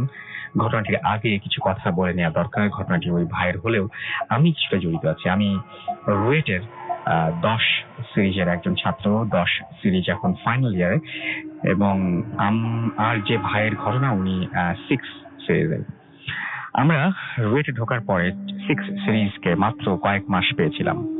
এই কয়েক মাসেই ওই ভাইয়ের সাথে হৃদ্যতা গড়ে ওঠে, আর এর পেছনে কিছু কারণও ছিল, আর এটাই আগে বলে নেওয়া দরকার। আমি স্কুল থেকেই একটা মেয়েকে অনেক পছন্দ করতাম। আধুনিক ভাষাতে বললে হয় যে মেয়েটি অনেক পছন্দ করতাম। তো মেয়েটির সাথে কখনো কথা বলা হতো না। স্কুল কলেজ তো বটেই, ইউনিভার্সিটির 3rd ইয়ার পর্যন্ত মেয়েটি আমাকে চিনতই না। মেয়েটির এক বান্ধবীর সাথে আমার কথা হতো। সেই বান্ধবী আমাকে জানিয়েছিল যে মেয়েটির পছন্দ ইঞ্জিনিয়ার ছেলে এবং তাকে পড়তে হবে সরকারি কোনো প্রকৌশল ইউনিভার্সিটিতে। আমার ডাক্তার হওয়ার ইচ্ছা থাকলেও মেয়েটির জন্য আমি আমার এইম চেঞ্জ করি, কিন্তু এইচএসসির অ্যাডমিশনের টাইমে প্রচন্ড টাইফয়েডে আক্রান্ত হওয়ার কারণে বুয়েটে চান্স হয়নি, তবে রুয়েটে চান্স পেয়ে গেলাম। শুনলাম মেয়েটি রাজশাহী বিশ্ববিদ্যালয়ে ভর্তি হয়েছে, কিন্তু এরপরেই জানতে পারলাম যে মেয়েটি একটা রিলেশন আছে। এরপরে পুরাই ভেঙে পড়লাম। ক্লাস শুরু, সব সময় মন মরা হয়ে বসে থাকতাম। একদিন ক্যাফেতে ওই ভাই আমাকে নোটিস করলেন এবং আমার কাছে এসে জানতে চাইলেন যে আমি কেন মন মরা হয়ে থাকি। ওনার সাথে শেয়ার করলাম সব। উনি হাসলেন এবং আর কাহিনী শুরু করলেন। উনি প্রথম বর্ষে যে মেস থাকতেন সেই মেস থেকে মরে যাওয়ার জন্য উনি একটা গলি ইউজ করতেন, অনেক চিপা একটা গলি। এই গলিটা সাধারণত সবাই এড়িয়ে চলতো। গলিটাতে যেতে হলে একটা দোতলা বাড়ির পেছন দিকে বারান্দা পড়তো। এইসব বারান্দাতে সাধারণত মানুষ দাঁড়ায় না। ভাইয়া খেয়াল করতেন যে ওই বারান্দাতে একটা মেয়ে দাঁড়িয়ে ওনার দিকে তাকিয়ে থাকতো। দিন কি রাত সব সময় যখনই ভাইয়া যেতেন তখনই ওই মেয়েটাকে একইভাবে একই পোশাকে দাঁড়িয়ে থাকতে দেখতেন। মেয়েটার পরনে ছিল একটা নীল জামা, মেয়েটার মুখে কোনো অনুভূতি ছিল না। সে এক দৃষ্টিতে ভাইয়ার দিকে তাকিয়ে থাকতো। এভাবে 3 মাস চলে গেল। একদিন ভাইয়া মেসের ম্যানেজারকে ওই বাড়িটা সম্পর্কে জিজ্ঞাসা করলেন যে ওই বাড়িটার দোতলায় কারা থাকে। ম্যানেজার যে উত্তর দিল তাতে অবাক হলেন ভাইয়া। ওই বাড়িটার মালিক নাকি বিদেশে থাকে এবং বাড়িটার একতলা গোডাউন আর দোতলাতে কেউ থাকে না। ভাইয়া বাড়িটা নাকি বাইরে থেকে তালা বন্ধ। পরের দিন ভাইয়া বাড়িটার সামনে গিয়ে দেখলেন যে সত্যিই বাড়িটায় তালা এবং বাড়িটার দারোয়ান তাকে জিজ্ঞেস করেন ব্যাপারটা এবং দারোয়ান ভাইয়াকে বললেন যে সামনের লনের বাড়িটা সিঁড়িঘর দেখালেন। প্রচন্ড জঙ্গল, সেখানে কোনো মানুষ যে চলাচল করে না সেটা বোঝা যাচ্ছে। এরপর ভাইয়া আর কখনোই পেছনের বারান্দায় সেই মেয়েটিকে দেখেনি। ঘটনা এখানে শেষ করে হাসতে হাসতে তিনি বললেন যে তোমার যাকে পছন্দ তাকে চেনো না, আমার যাকে পছন্দ সে এক্সিস্টই করে না। এক্সিস্ট করলেও সে যে মানুষ না সেটা শিওর। তাই তুমি আমার চেয়ে অনেক ভাগ্যবান, মন খারাপ করো না। হাসি ঠাট্টা করলেও ভাইয়া সত্যি সেই মেয়েটাকে ভালোবেসে ফেলেছিলেন এবং উনি আর কোনো রিলেশনে জড়াননি, বিয়েও করেননি। ঘটনার আর একটু বাকি। ভাইয়া মাঝে মাঝে ভাইয়ের কথা হয় ফোনে আর ফেসবুকে। এবছর জানুয়ারির 27 তারিখে উনি আমাকে ফোন দিয়ে বললেন সেই মেয়েটিকে তিনি স্বপ্নে দেখেছেন। স্বপ্নটাতে উনি একটা মাঠের এক প্রান্তে আর দূর থেকে একটা মেয়ে ওনাকে দেখছে, আর বেশ কিছু দূরে নাকি আমি দাঁড়িয়ে আছি। মেয়েটা নাকি আমার দিকে তাকিয়ে মৃদু হাসি দিল। এরপর এই স্বপ্নটা ভেঙে যায়। আমি একটু অবাকই হলাম। এরপর একটা ধাক্কা খাওয়ার মতো ঘটনা ঘটলো আমার সাথে। আমার যে পছন্দের মেয়েটি সে আমাকে না চিনলেও ফেসবুকে ফ্রেন্ড লিস্টে ছিল। অনেক অবাক করা ব্যাপার হলো যে 28 জানুয়ারি রাতে মেয়েটি সহসাই আমাকে নক করে। এরপর কথা বলতে বলতে আমার বন্ধুত্ব গড়ে উঠলো। আর কিছুদিন পর মেয়েটি জানতে পারলো যে সেই আমার পছন্দের এবং আমি আমার পছন্দের কথা তাকে জানালাম। এখন আমরা ভালো ফ্রেন্ড, আমাদের কোনো রিলেশন নেই, তবে আমরা আমাদের অনুভূতিকে রেসপেক্ট করি। তবে এই জন্যই ভাইয়ের স্বপ্নে সেই মেয়েটি আমার দিকে তাকিয়ে এসেছিল যে আমাকে আমার ক্যাশকে চিনবে, মানে আমার পছন্দের মানুষকে চিনবে। কাহিনী এখানে শেষ। ওই ভাইয়া এখনো অবিবাহিত। সে বা সেটা কে ছিল তাতে ভাইয়ার কোনো মাথা ব্যথা নেই। ভাইয়ার হৃদয় শুধু তার জন্যই। এই ঘটনার সাথে আমার জড়িয়ে যাওয়ার অদ্ভুত এই ঘটনার কোনো এক্সপ্লেনেশন আমি খুঁজে পাইনি এবং অনেক কিছুই পৃথিবীতে এরকম অদ্ভুত ঘটে। এটাই ছিল ঘটনা এবং এই ঘটনাটা আমি পড়ে শোনালাম আপনাদেরকে। আমাদেরকে একজন পাঠিয়েছেন যিনি আজকে স্টুডিওতে আসতে পারেননি। And thank you very much আমাদের ঘটনা পাঠানোর জন্য। আপনি যদি পাঠাতে চান তাহলে চলে যান, লিখে ফেলুন আমাদের অ্যাড্রেসটা। আমাদের অ্যাড্রেস হচ্ছে bhfm@radio40.fm which is bhwtfm@radioforty.fm।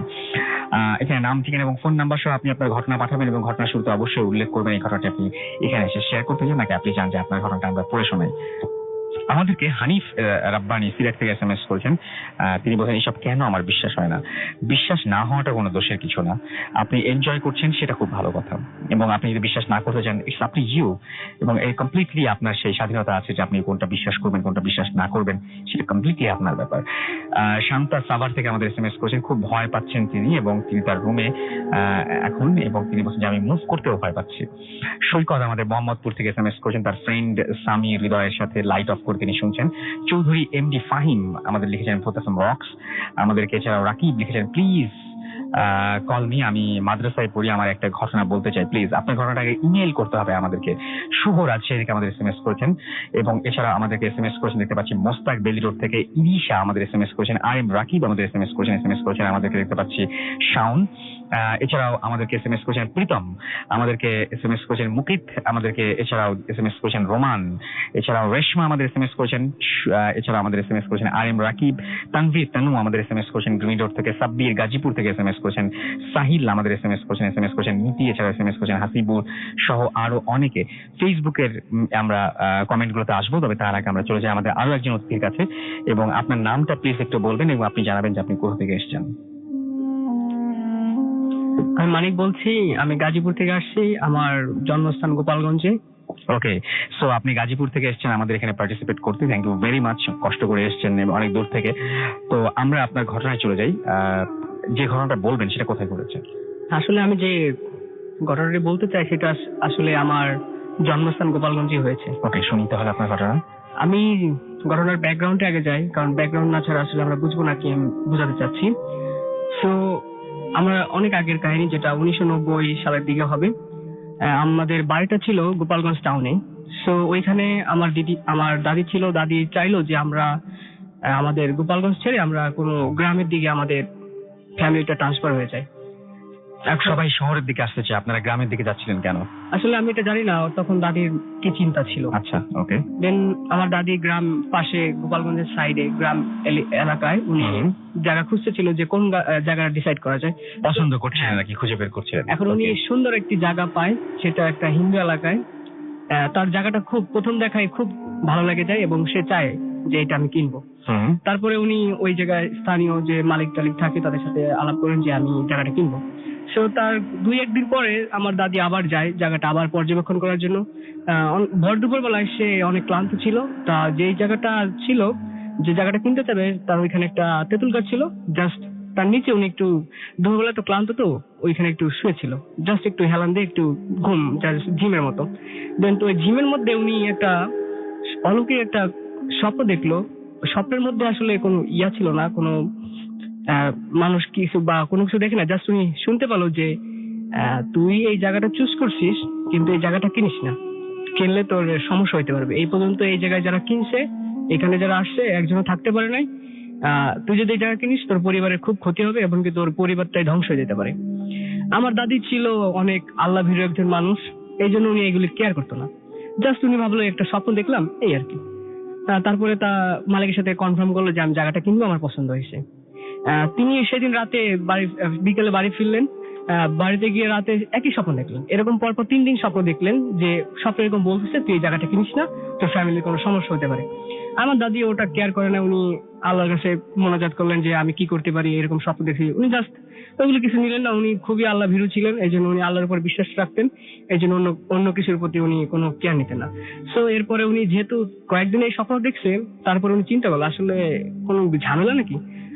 তারপরে বাসার কোনো প্রবলেম বা জায়গার কোনো প্রবলেম আছে, সন্দেহের জন্য উনি গ্রামে যায়। গ্রামে গিয়ে আশেপাশে যারা বাড়ি থাকে ছিল তাদের সাথে কথা বলে যে আসলে এই জায়গাটার কোনো প্রবলেম আছে কি। সো গ্রামে যারা পাশে বাড়ি থাকে, মালিক এখানে থাকতো না, তো সো পাশের গ্রামের লোকজনদের জিজ্ঞাসা করলো এই বাড়িটার কোনো প্রবলেম আছে কি। সো তারা বললো যে এখানে অনেক আগে, যুদ্ধের আগে এখানে এই অত্র এলাকার এখানে শ্মশান ছিল, আর এই জায়গা ছিল চিতাখোলা। তা এখানে কিছু সমস্যা আছে, অনেকে অ্যাবনর্মাল কাহিনী হয়, প্যারানর্মাল কাহিনী হয়, যে জন্য আপনাদের উচিত হবে এই জায়গাটা না কেনা।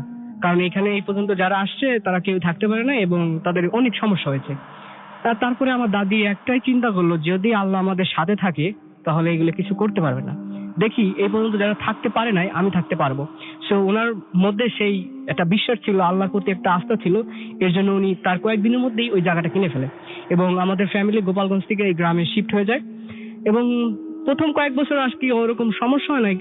তা 2-3 বছর পর থেকে একটা স্বাভাবিক একটা বিষয় সবাই ফিল করে যে যদি আমি দাঁড়ায় থাকি সন্ধ্যাবেলায় কোনো ঘরের মধ্যেই, যদি পিছনে একজন থাকে, যদি জোরে শ্বাস প্রশ্বাস নেয়, গরম একটা হাওয়া আমাদের শরীরে লাগবে, সেটা প্রায় আমার আম্মা, আমার কাকা, ওনরা সবাই ফিল করতো। কিন্তু ওইটা আর কি অত টেক কেন না, হইতে পারে পাত্তা দেন না। আবার আরেকটা বিশেষ কাহিনী হতো যে আমাদের আর কি ওই জায়গাটায় অনেক তাল গাছ ছিল, চারিপাশে নারকেল গাছ ছিল। একটা কি বলবো, একটা নির্জন, একটা ভৌতিক একটা জায়গার মতো। আর আমাদের গ্রামের প্রথম বাড়িটা আমাদের ছিল এবং জায়গাটা খুব জঙ্গল টাইপের ছিল। দেন ওইখানে প্রত্যেক রাতে পিছনে আমাদের ঘরের জাস্ট পিছেই 3টা তাল গাছ ছিল, ওইখানে খুব রাতের বেলা অনেক সাউন্ড আসতো, অনেক সময় আমাদের চালে ঢিল মারতো এরকম। এবং ওই রাস্তা দিয়ে রাত 8টার পরে কেউ ওইখান দিয়ে চলাফেরা করে না, এত ভয় ভীতকর জায়গা ছিল। এখন একটু স্বাভাবিক হয়েছে, কিন্তু তখন কেউই 8টার পর ওইখান থেকে চলাচল করতো না। তারপরে চলাচল করতে না ভয়? হ্যাঁ, ভয়। আচ্ছা। কারণ ওইটা আমাদের মেইন রোড থেকে আমাদের বাড়ি পর্যন্তই ছিল পুরোটা শ্মশান, অনেক দূরই হবে। এর জন্য আর কি কেউ রাতের বেলায় 8টার পর এখানে কোনো চলাচল হতো না, আর যদি কেউ চলাচল করতো অনেকে মিলে, কারণ এখানে প্রায় অনেক খারাপ কাজ হতো, বিশেষ করে আমাদের যে তাল গাছটা আছে ওইখানে। আমি আমার জন্মের পর থেকে বেশি আর কি এরকম কাজ শুরু হয়। যেরকম আমি জন্মগ্রহণ করার পর থেকে আমি শুনেছি আমার আম্মার কাছ থেকে বা আমার আত্মীয় স্বজনের কাছ থেকে যে অমাবস্যা এবং এরকম অমাবস্যা এবং পূর্ণিমার সময় আমার খুব অসুস্থ হতো, যেরকম অনেক শ্বাসকষ্ট হতো, এবং এমন এমন সময় হতো যে এমন পরিমাণে হতো যে আমার পুরো বডিটা নীল হয়ে যেত এই কষ্টের জন্য। সো এরকম অনেক মানে অনেক মানুষের কাছে গেছে যে আসলে কোনো সমস্যা নাকি অন্য কোনো কারণ। তা ডাক্তার দেখিয়েছি? ডাক্তার দেখাইছে, কিন্তু একজন হিন্দু একজন লোক যে এইসব জানে, সে একদিন এসে বলছিল যে এইখানে ভূত বা এরকম মন্দ আত্মার কোনো কাজ আছে যেটা ওর উপরে ভর করতে পারে। আচ্ছা। এই আর আমাদের খ্রিস্টান সমাজে, আমি খ্রিস্টান, আমাদের সমাজে আর কি ভূত বিশ্বাস করে, কিন্তু এইগুলিতে আমাদের বাইবেলে বলা আছে যে ওইগুলি থেকে দূরে থাকা ভালো। এই জন্য আর কি আমাদের ফ্যামিলিটা তো টেক কেয়ার নেয় না, ওরা আল্লাহর উপর নির্ভর করছে যে আমাদের আল্লাহ সাহায্য করবে এই সব থেকে। আমরা মানুষ এর জন্য আর কি আল্লাহ সাহায্য থাকলে আমরা সবকিছু পারবো। দেন এরকম চললো, আমি প্রায় অসুস্থ হতাম, এরকম অনেক কাহিনী। তারপরে যেটা আমি প্রথম যে এক্সপিরিয়েন্স আমার হয় যে আসলে ভূত বা এরকম কিছু, আমি একদিন আমার কাকার সাথে গোপালগঞ্জ গিয়েছিলাম এবং সন্ধ্যার টাইমে আমি গোপালগঞ্জ থেকে ব্যাক করতেছি আমাদের গ্রামে। তো আমাদের বলেছি যে আমাদের মেইন রোড থেকে আমাদের বাড়ি পর্যন্ত শ্মশান, মানে পুরনো শ্মশান ছিল। জাস্ট 2 দিন আগে ওইখানে আমাদের রাস্তার একটা মাঝ বরাবর, আমাদের বাড়ি থেকে মেইন রোডের মাঝ বরাবর একটা জায়গায় 2 সাইডে 2টা কবর দেওয়া হয়েছে, যারা আর কি ফাঁসি বা বিষ খেয়ে মারা গেছে তাদের অপঘাতে মৃত্যু, ঠিক স্বাভাবিক মৃত্যু না। আচ্ছা। তো ঠিক 2টা কবরের পাশে মাঝখানে রাস্তা, 2 পাশে 2টা গাছ আছে। গাছ 2টা আসলে আমি আইডেন্টিফাই করতে পারি না কোন গাছ। সো আমরা যখন ওই গাছের কাছে আসলাম, প্রথমে দেখলাম একটা আলো ওই কবরের ওই মাঝখান দিয়ে রাস্তার উপর উঠলো। দেন তারপর দেখলাম কি হঠাৎ ওই 2টা গাছই আগুনের মতো ধরে গেল, জাস্ট নীল আলো। সো আপনার চোখের সামনে? হ্যাঁ, আমার চোখের সামনে। আমি তখন অনেক ছোট ছিলাম, কিন্তু এখনো ওই জিনিসটা আমার চোখে ভাসে। সো আমার চাচা বললো কি, বাবা তুমি চোখটা বন্ধ করো, এখানে একটু সমস্যা আছে। সো আমি চোখ বন্ধ করলাম এবং আল্লাহর নাম স্মরণ করতে করতে আমরা বাড়িতে পৌঁছে গেলাম। চোখ খুলে কি দেখলেন? আমি তো দেখছি ওই আগুন ধরছে, এবং আমার চাচা তখনই বলছে তুমি চোখ বন্ধ করো নাহলে ভয় পাবে, এর জন্য আমি তখনই চোখ বন্ধ করি। আমার সেকেন্ড যে এক্সপিরিয়েন্সটা আমি পাই সেটা হচ্ছে আমার দাদির সাথে একদিন আমরা মাছ ধরতে গেছিলাম। সো আমার দাদি আর আমার চাচা আমার পিছে, আমি আগে যাচ্ছি।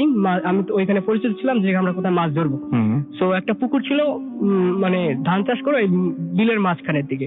সো আমি আগে দৌড়ে গেছি, একটা এক্সাইটেড ছিল আজকে মাছ ধরবো। সো ওই সময় আর কি একবারে ভর দুপুর ছিল। আমি সবার আগে আমি ওনাদের 5 মিনিট আগে আমি ওখানে পৌঁছে গেছি। আর যেই সময় আমি পুকুর পাড়ে উঠবো, ঠিক তখনও দেখি বিরাট একটা পশু আকারের, আর চোখগুলি লাল, ও আমার উপরে লাফ দিছে। কেমন টাইপের পশু কি যদি বলতেন? এটা পুরোটাই কালো, কিন্তু এটা আমি এখনো অত আইডেন্টিফাই করতে। সাইজটা কিরকম? সাইজটা খুব বড়, অনেক বড়, যেটা আমি দেখি ওর চোখ দুটো দেখে আর ওর এত বড়, ওইটা দেখে আমি ওখানে সেন্সলেস হয়ে যাই। একটা চিৎকার দেওয়ার পরে আমি সেন্সলেস হয়ে যাই। সো এই চিৎকার শুনে আমার দাদি এবং আমার চাচা এসে আমাকে হসপিটাল নিয়ে যায়। আমি প্রায় 3-4 ঘন্টা অজ্ঞান ছিলাম, তারপরে আমি ঠিক হই। তারপরে ওনারা আমার ভয়টা কাটানোর জন্য যে তুমি এটা দেখে ভয় পেয়েছো, চলো তোমাকে দেখাই ওখানে কি ছিল। আমি ওখানে যাই, দেখি কি একটা মরা কুকুর পচা, কিন্তু আমি দেখছি অন্য একটা জিনিস। এটা ছিল আমার সেকেন্ড এক্সপ্রেশন। আমি এরপরে আমার বাবার কাহিনী আসি যে আমার বাবার কিভাবে ক্ষতি হয়েছে। তারপরে এরকম অনেক কাহিনী হওয়ার পরে আমার বাবা ছিল ওই আর কি ওই যে জায়গাটা বিশেষ সমস্যা ছিল যে ওইখানে যে ফ্যামিলিগুলি আসে তাদের প্রথম সন্তানদের সমস্যা হয়, অন্য কারো অত সমস্যা না, কিন্তু সেই জন্যই আপনার সমস্যাগুলো হচ্ছে। হ্যাঁ, আচ্ছা। এটা বেসিক্যালি যে প্রথম সন্তান হবে ছেলে, মেয়ে না ছেলে, তারই প্রবলেমটা হবে। সো আমার ফ্যামিলিতে আমার বাবা ছিল প্রথম ছেলে, তার অনেক সমস্যা ছিল। সে আর কি এরকম হঠাৎ অনেক প্রচন্ড অসুস্থ হয়ে যেত, কিন্তু উনি গ্রামের মধ্যে খুব হেলদি মানুষ ছিল, খুবই। 6 ফিটের মতো লম্বা এবং খুবই হেলদি। ওনার মতো গ্রামে এত হেলদি মানুষ ছিল না আমার আব্বার মতো। সো হঠাৎই উনি অসুস্থ হয়ে পড়তো, কোনো কারণ ছাড়াই হঠাৎ। ইভেন ঢাকায় এসে আমাদের গোপালগঞ্জে অনেক ডাক্তারখানায়, অনেক হসপিটালে দেখানো হয়েছে, check up ঢাকাতেও করা। আপনারা দেখিয়েছেন, হ্যাঁ, আপনি বলছিলেন। কিন্তু হ্যাঁ, কোনো রিপোর্টে কোনো কাজ হয় নাই, রিপোর্ট জিরো। ডাক্তারও কনফিউজ যে এত ঝামেলা, এত অসুস্থ কিন্তু কোনো রিপোর্ট আসতেছে না সঠিক। একজন বলতেছে এই রোগ, একজনের এই রোগ, কিন্তু সঠিক কেউ রোগের শেষ পর্যন্ত উনি বিছানাতেই পড়ে গিয়েছিলেন একদম পুরোপুরি। তার আগে একটু কাহিনী বলতে চাই যে এই আমার আব্বা অসুস্থ হওয়ার আগে যে আরো কয়েকটা প্যারানর্মাল কাজ হয়েছিল। যেরকম আমাদের গ্রামের মধ্যে আমাদের বাড়িতেই শুধু 2টা ফজলি আম গাছ ছিল, প্রচুর আম ধরতো। আমি ছোটবেলায় দেখেছি প্রচুর আম ধরতো, কিন্তু হঠাৎ আমের সময়, আমের সিজনে আমগুলি খুব বড় হয়েছে, কিন্তু হঠাৎ একদিনের মধ্যে পুরো আম গাছটা শুকিয়ে গেছে এবং আস্তে আস্তে যেরকম একটা গাছ যদি আপনি ডাল আগুনে পোড়ান যে গুড়ি গুড়ি হয়ে পড়বে, ঠিক ওই গাছটা এরকম গুড়ি গুড়ি, আগুন না কিন্তু জাস্ট আগুনে পড়লে যেরকম ছাইটা হয় এরকম গুড়ি গুড়ি হয়ে পড়ে পুরো গাছটা ওইরকম গেছে। যে আমরা কাঠ বানাবো বা গাছটা মরে গেলে সাধারণত কাইটে আগুন জ্বালতি হিসেবে ব্যবহার করে বা ফার্নিচার তৈরি, কিন্তু সেই সুযোগটা আমরা পাই না। ওইটা ছাইয়ের মতো পুড়ে পুড়ে ওইটা শেষ হয়ে গেছে, কিন্তু কোনো আগুন ছিল না। তো ও দেখে গ্রামের সবাই আর কি একটা অনুমান করছিল যে এখানে একটা ঝামেলা আছে। সো আমরা এরপরে পিস আমাদের যে পালক বা ওনারা থাকে ওই পিসদের ডাকছি, ওনারা এসে আর কি অনেক প্রার্থনা করছে যেন কোনো কিছু না হয়। কিন্তু ওনারা একটা কথা বলছিল যে আসলে এখানে অনেক ঝামেলা আছে, তোমাদের উচিত হবে যে এখান থেকে তাড়াতাড়ি শিফট হয়ে যাওয়া, নাহলে তোমাদের আসলে কোনো সমস্যা হতে পারতো। কিন্তু আমার ওই একটাই, আমার দাদির দৃঢ় বিশ্বাস ছিল যে আল্লাহ আমাদের রক্ষা করবে, এর জন্য আর কি আমরা এখানে থাকা। তারপরে আরো একটা খুব আশ্চর্য একটা কাহিনী যেটা আমরা পরে শুনবো। আমাদেরকে ছোট্ট বিরতিতে যেতে হবে এবং বিরতির পরে আমরা আবারও ফিরে আসবো। সেই পর্যন্ত আশা করছি আপনারা আমাদের সঙ্গে থাকবেন। স্টে টিউনড রেডিও ফুর্তি এন্ড ডোন্ট স্টপ দ্য ফুর্তি।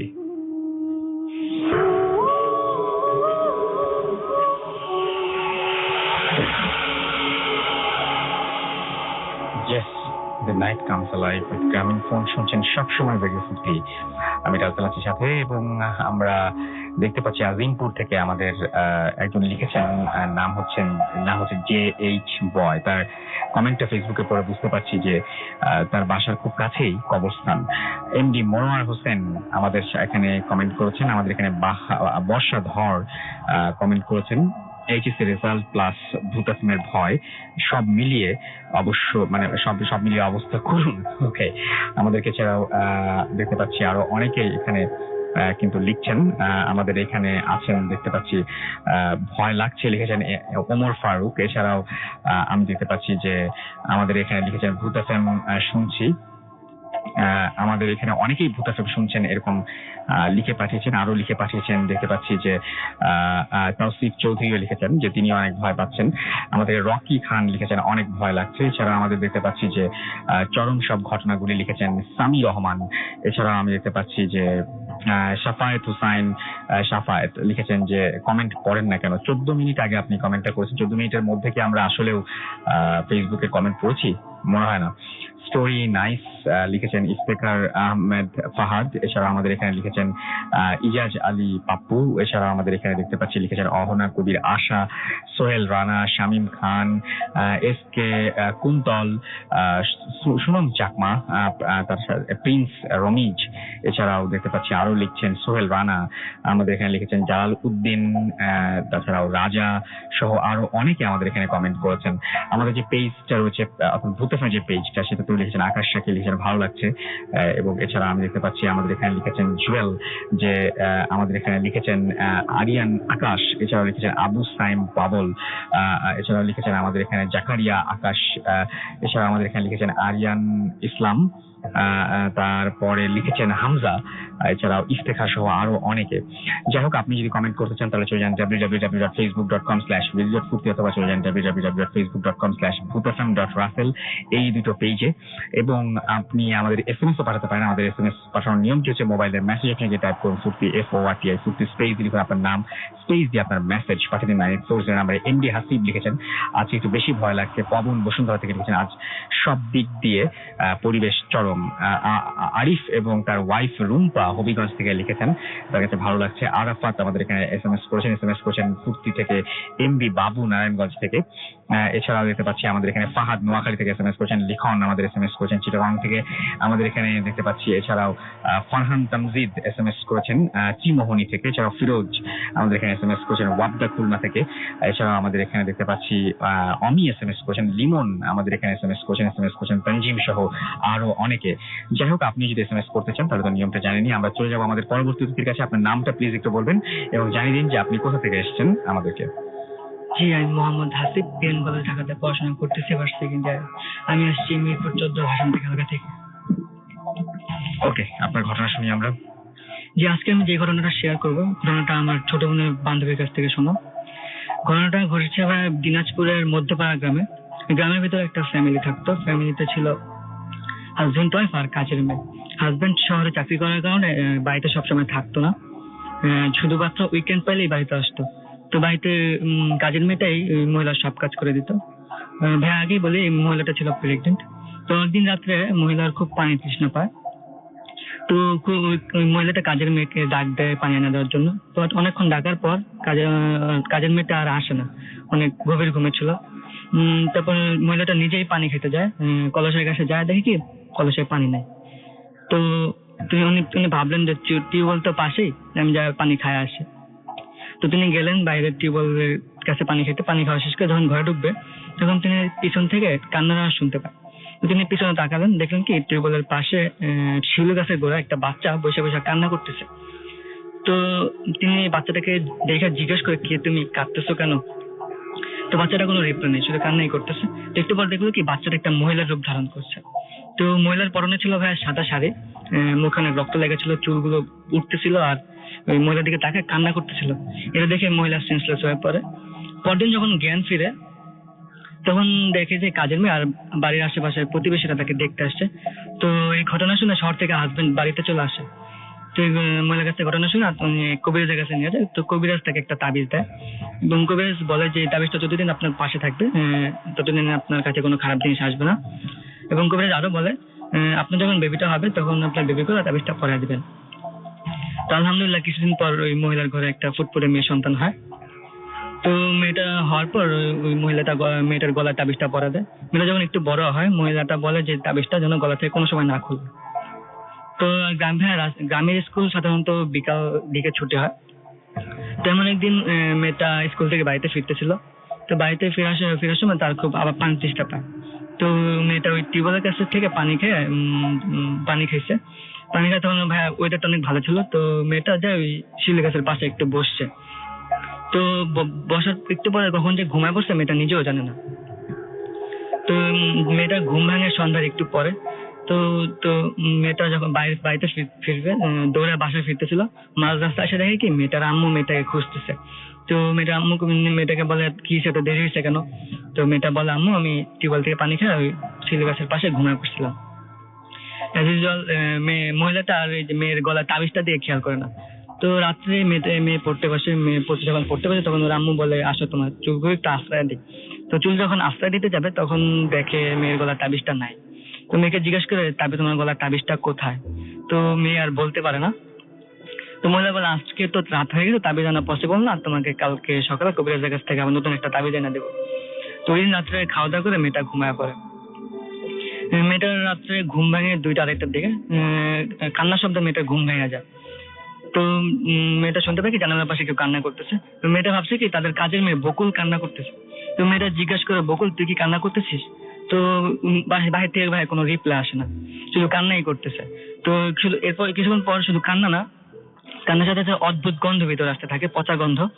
মেয়েটা এগুলো সহ্য করতে না পেরে জানালাগুলো সব লাগায় দেয়। তো ওই দিন রাতে আর কোনো প্রবলেম হয় না।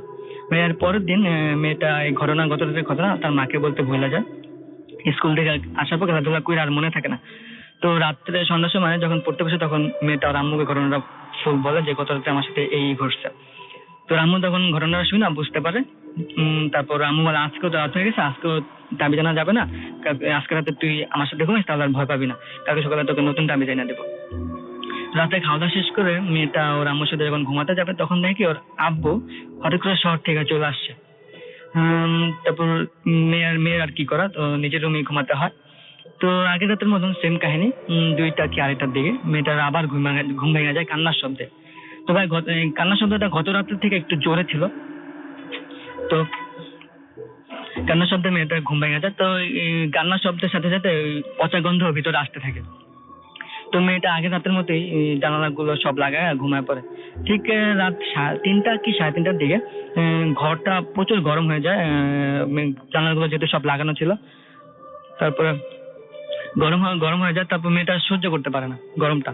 তো মেয়েটা ভাবে একটু পরে তো ফজর আজান দিয়ে দিবে, জানালাগুলো খুলেই দিই। তো মেয়েটা যখন জানালা খোলার সাথে সাথে অদ্ভুত একটা গন্ধ ভিতরে আসে, আর ভাই সাথে সাথে রুমের দরজাটা অটোমেটিক খুলে যায় ঠাবি করে একটা শব্দ করে। তো এগুলো দেখে তো মেয়েটা চিৎকার করতে পারে না, মেয়েটার শরীরটা অবশ হয়ে যায়, অনেক ঘামতে থাকে। একটু পর দেখে কি জানালা থেকে একটা অদ্ভুত হাত আসছে, হাত এসে ওর পায়ে খামচির মতো করে ধরছে, জানালা দিয়ে বাইরে টেনে নিয়ে যাচ্ছে। তো মেয়েটা এগুলো দেখে নিজেকে আর কন্ট্রোল করতে পারে না, সেন্সলেস হয়ে পড়ে। পরদিন মেয়েটার আম্মু মেয়েটাকে ডাকতে যায়। তো যখন ডাকতে যায় দেখে কি যে বিছানায় ঘুমাইছে ওই বিছানার চাদরটা পুরো রক্তে ভিজে গেছে, মেয়েটার পা সহ। তো মহিলাটা ইমিডিয়েটলি মেয়েটাকে ডাক্তারের কাছে নিয়ে যায়। ডাক্তারের কাছে যখন নিয়ে যায় দেখে কি ওই আঙ্গুলের আঁচড়গুলা, নখগুলা পায়ের অনেক দূর পর্যন্ত ঢেকে গেছে। তো ডাক্তার ব্যান্ডেজ করে দেয়। তারপর মহিলাটা বাচ্চাটাকে সরাসরি কবিরাজের কাছে নিয়ে যায়। তো কবিরাজের কাছে যখন নিয়ে যায়, কবিরাজ তাকে একটা তাবিজ দেয় এবং বলে যে এই তাবিজটা আগের তাবিজের মতো গুণসম্পন্ন না, খারাপ জিনিস কাছে আসতে পারবে না বা দূর থেকে প্রবলেম করতে পারবে। তারপর এই ঘটনার পর মহিলার হাজবেন্ড তাদেরকে আর গ্রামে রাখে না, তাদেরকে শহরে নিয়ে আসে। অনেক ধন্যবাদ আপনাকে আপনার ঘটনার জন্য, থ্যাংক ইউ ভেরি মাচ। আমরা চলে যাব আমাদের পরবর্তী ঘটনা, এবং তার আগে আমি একটা খবর জানিয়ে দিই। সেটা হচ্ছে আমাদের যে এসএমএস করতে চান মোবাইলের মেসেজ লিখে টাইপ করুন ফুর্তি FORTI স্পেস দিয়ে আপনার নাম স্পেস দিয়ে আপনার মেসেজ পাঠিয়ে দিন 9840 নাম্বার। যদি আমাদের ইমেল করতে চান, আমাদের ইমেল অ্যাড্রেস হচ্ছে bhutfm@radiofurti.fm which is BHWTFM@RADIOFORTI.FM। আপনার নাম, ঠিকানা এবং ফোন নাম্বার সহ আপনার জীবনে ঘটে যাওয়া আপনার জানা সেরা ঘটনা পাঠিয়ে দিন আমাদের কাছে। এবং এটা খুবই ইম্পর্টেন্ট, কারণ আপনাদের ঘটনা পাঠানো হলেই আপনাদের ঘটনা যদি আপনারা পাঠান তাহলে আমরা চলতে পারবো, আদারওয়াইজ তো আমাদের আসলে কন্টিনিউ করা কোনোভাবে সম্ভব না। ভূত এফএম এর বই যারা খুঁজছেন তাদের জন্য একটু খবর দিই। ভূত এফএম এর সকল বই পাওয়া যাবে রকমারি.com এ। অর্ডার করতে ভিজিট করুন www.রকমারি.com অথবা কল করুন 01519521971। হটলাইন যেটা হটলাইনের নাম্বারটা আমি বলে দিচ্ছি 16297। প্রতিটি বই শুধুমাত্র 150 টাকার সাথে ডেলিভারি চার্জ, তবে 3টি বই স্পেশাল বান্ডল অফার শুধুমাত্র 420 টাকায় ডেলিভারি চার্জ। সেক্ষেত্রে আপনাকে দিতে হবে না, সো আপনি চাইলে এটা সংগ্রহ করে ফেলতে পারেন। এনিওয়েজ চলে যাব আমরা আমাদের পরবর্তী ঘটনা, তবে তার একটা ছোট্ট বিরতি রয়েছে এবং বিরতির পরে আমরা আবারও ফিরে আসবো। আমাদের গেস্টও চেঞ্জ করতে হবে, সো স্টে টিউনড রেডিও ফুর্তি এন্ড ডোন্ট স্টপ দ্য ফুর্তি। কোথাও যাবেন না, শেষ ঘটনাগুলো শোনার জন্য, এবং এটা এই আওয়ারের লাস্ট ব্রেক, সেটা আপনারা জানেন। সো স্টে টিউনড, ফিরে আসছি একটু পরেই।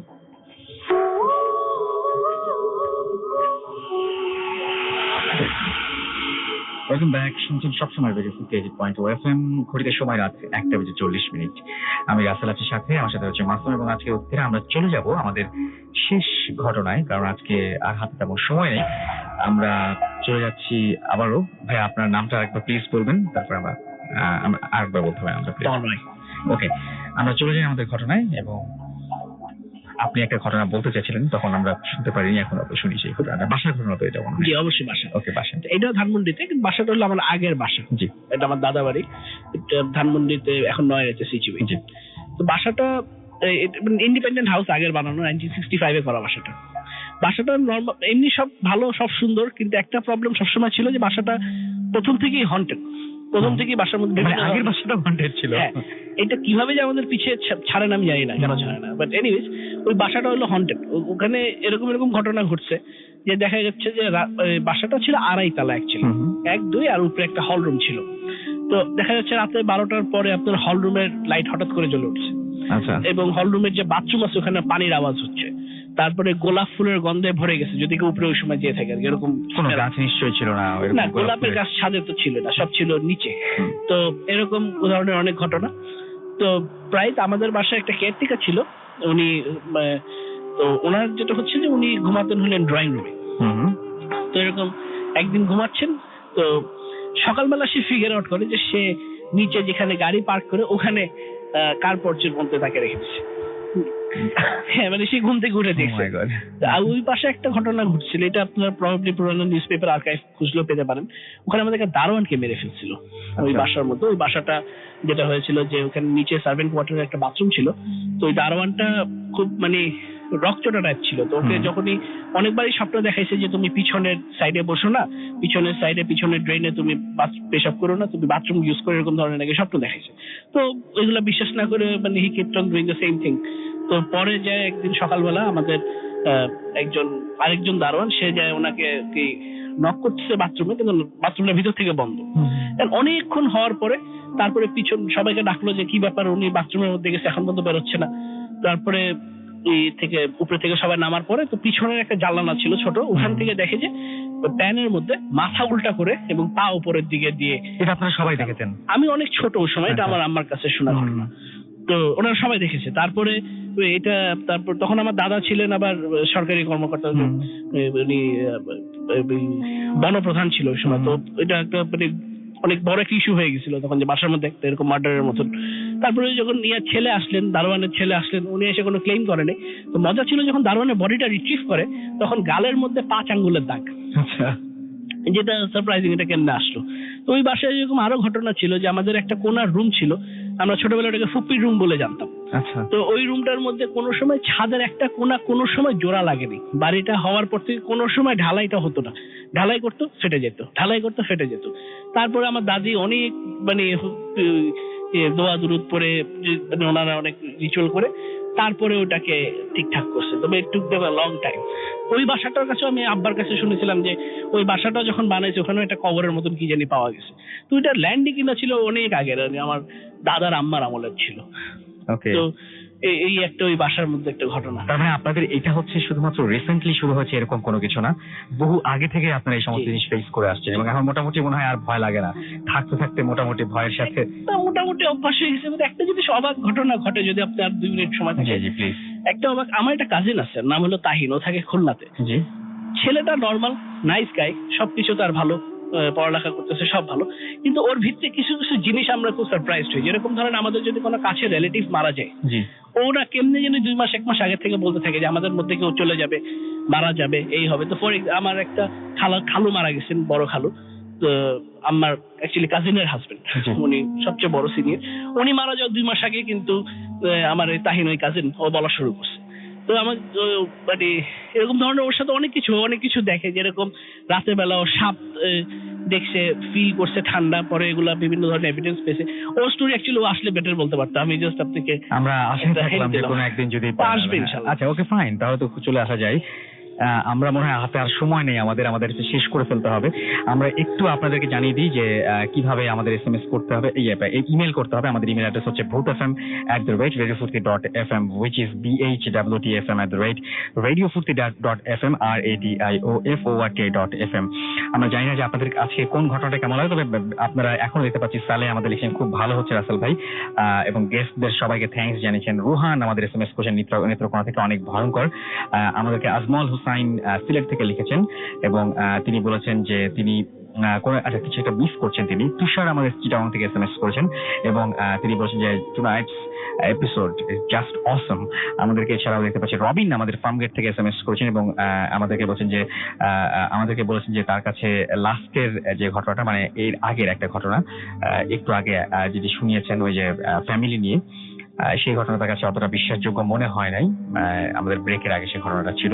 শুভ সাহা আমাদের SMS করেছেন, বাহার আমাদের খিলগাঁও থেকে SMS করেছেন আমাদেরকে দেখতে পাচ্ছি জান্নাত, এছাড়াও SMS করেছেন আমাদেরকে দেখতে পাচ্ছি আজমল, এছাড়াও SMS করেছেন তানভীর গ্রিন রোড থেকে, মোস্তাক বেলি রোড থেকে SMS করেছেন তিনি এবং তার ছোট্ট বেবি মাহিশা, তারা শুনছেন আমাদেরকে এই মুহূর্তে। এছাড়াও আমাদেরকে দেখতে পাচ্ছি জাহিদুজ্জামান মিম লিখেছেন রাজশাহী থেকে, অহনা আমাদের এখানে লিখেছেন এবং স্টোরিগুলো তার কাছে ভালো লেগেছে আজকে।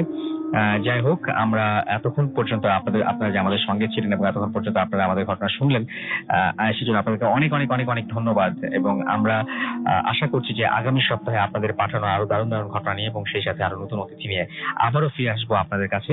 সেই পর্যন্ত আশা করছি সবাই ভালো থাকবেন, সুস্থ থাকবেন, সুন্দর থাকবেন, মোস্ট ইম্পর্টেন্টলি ফুর্তি থাকবেন। আজকের মতো এখানে শেষ করছি, টাটা।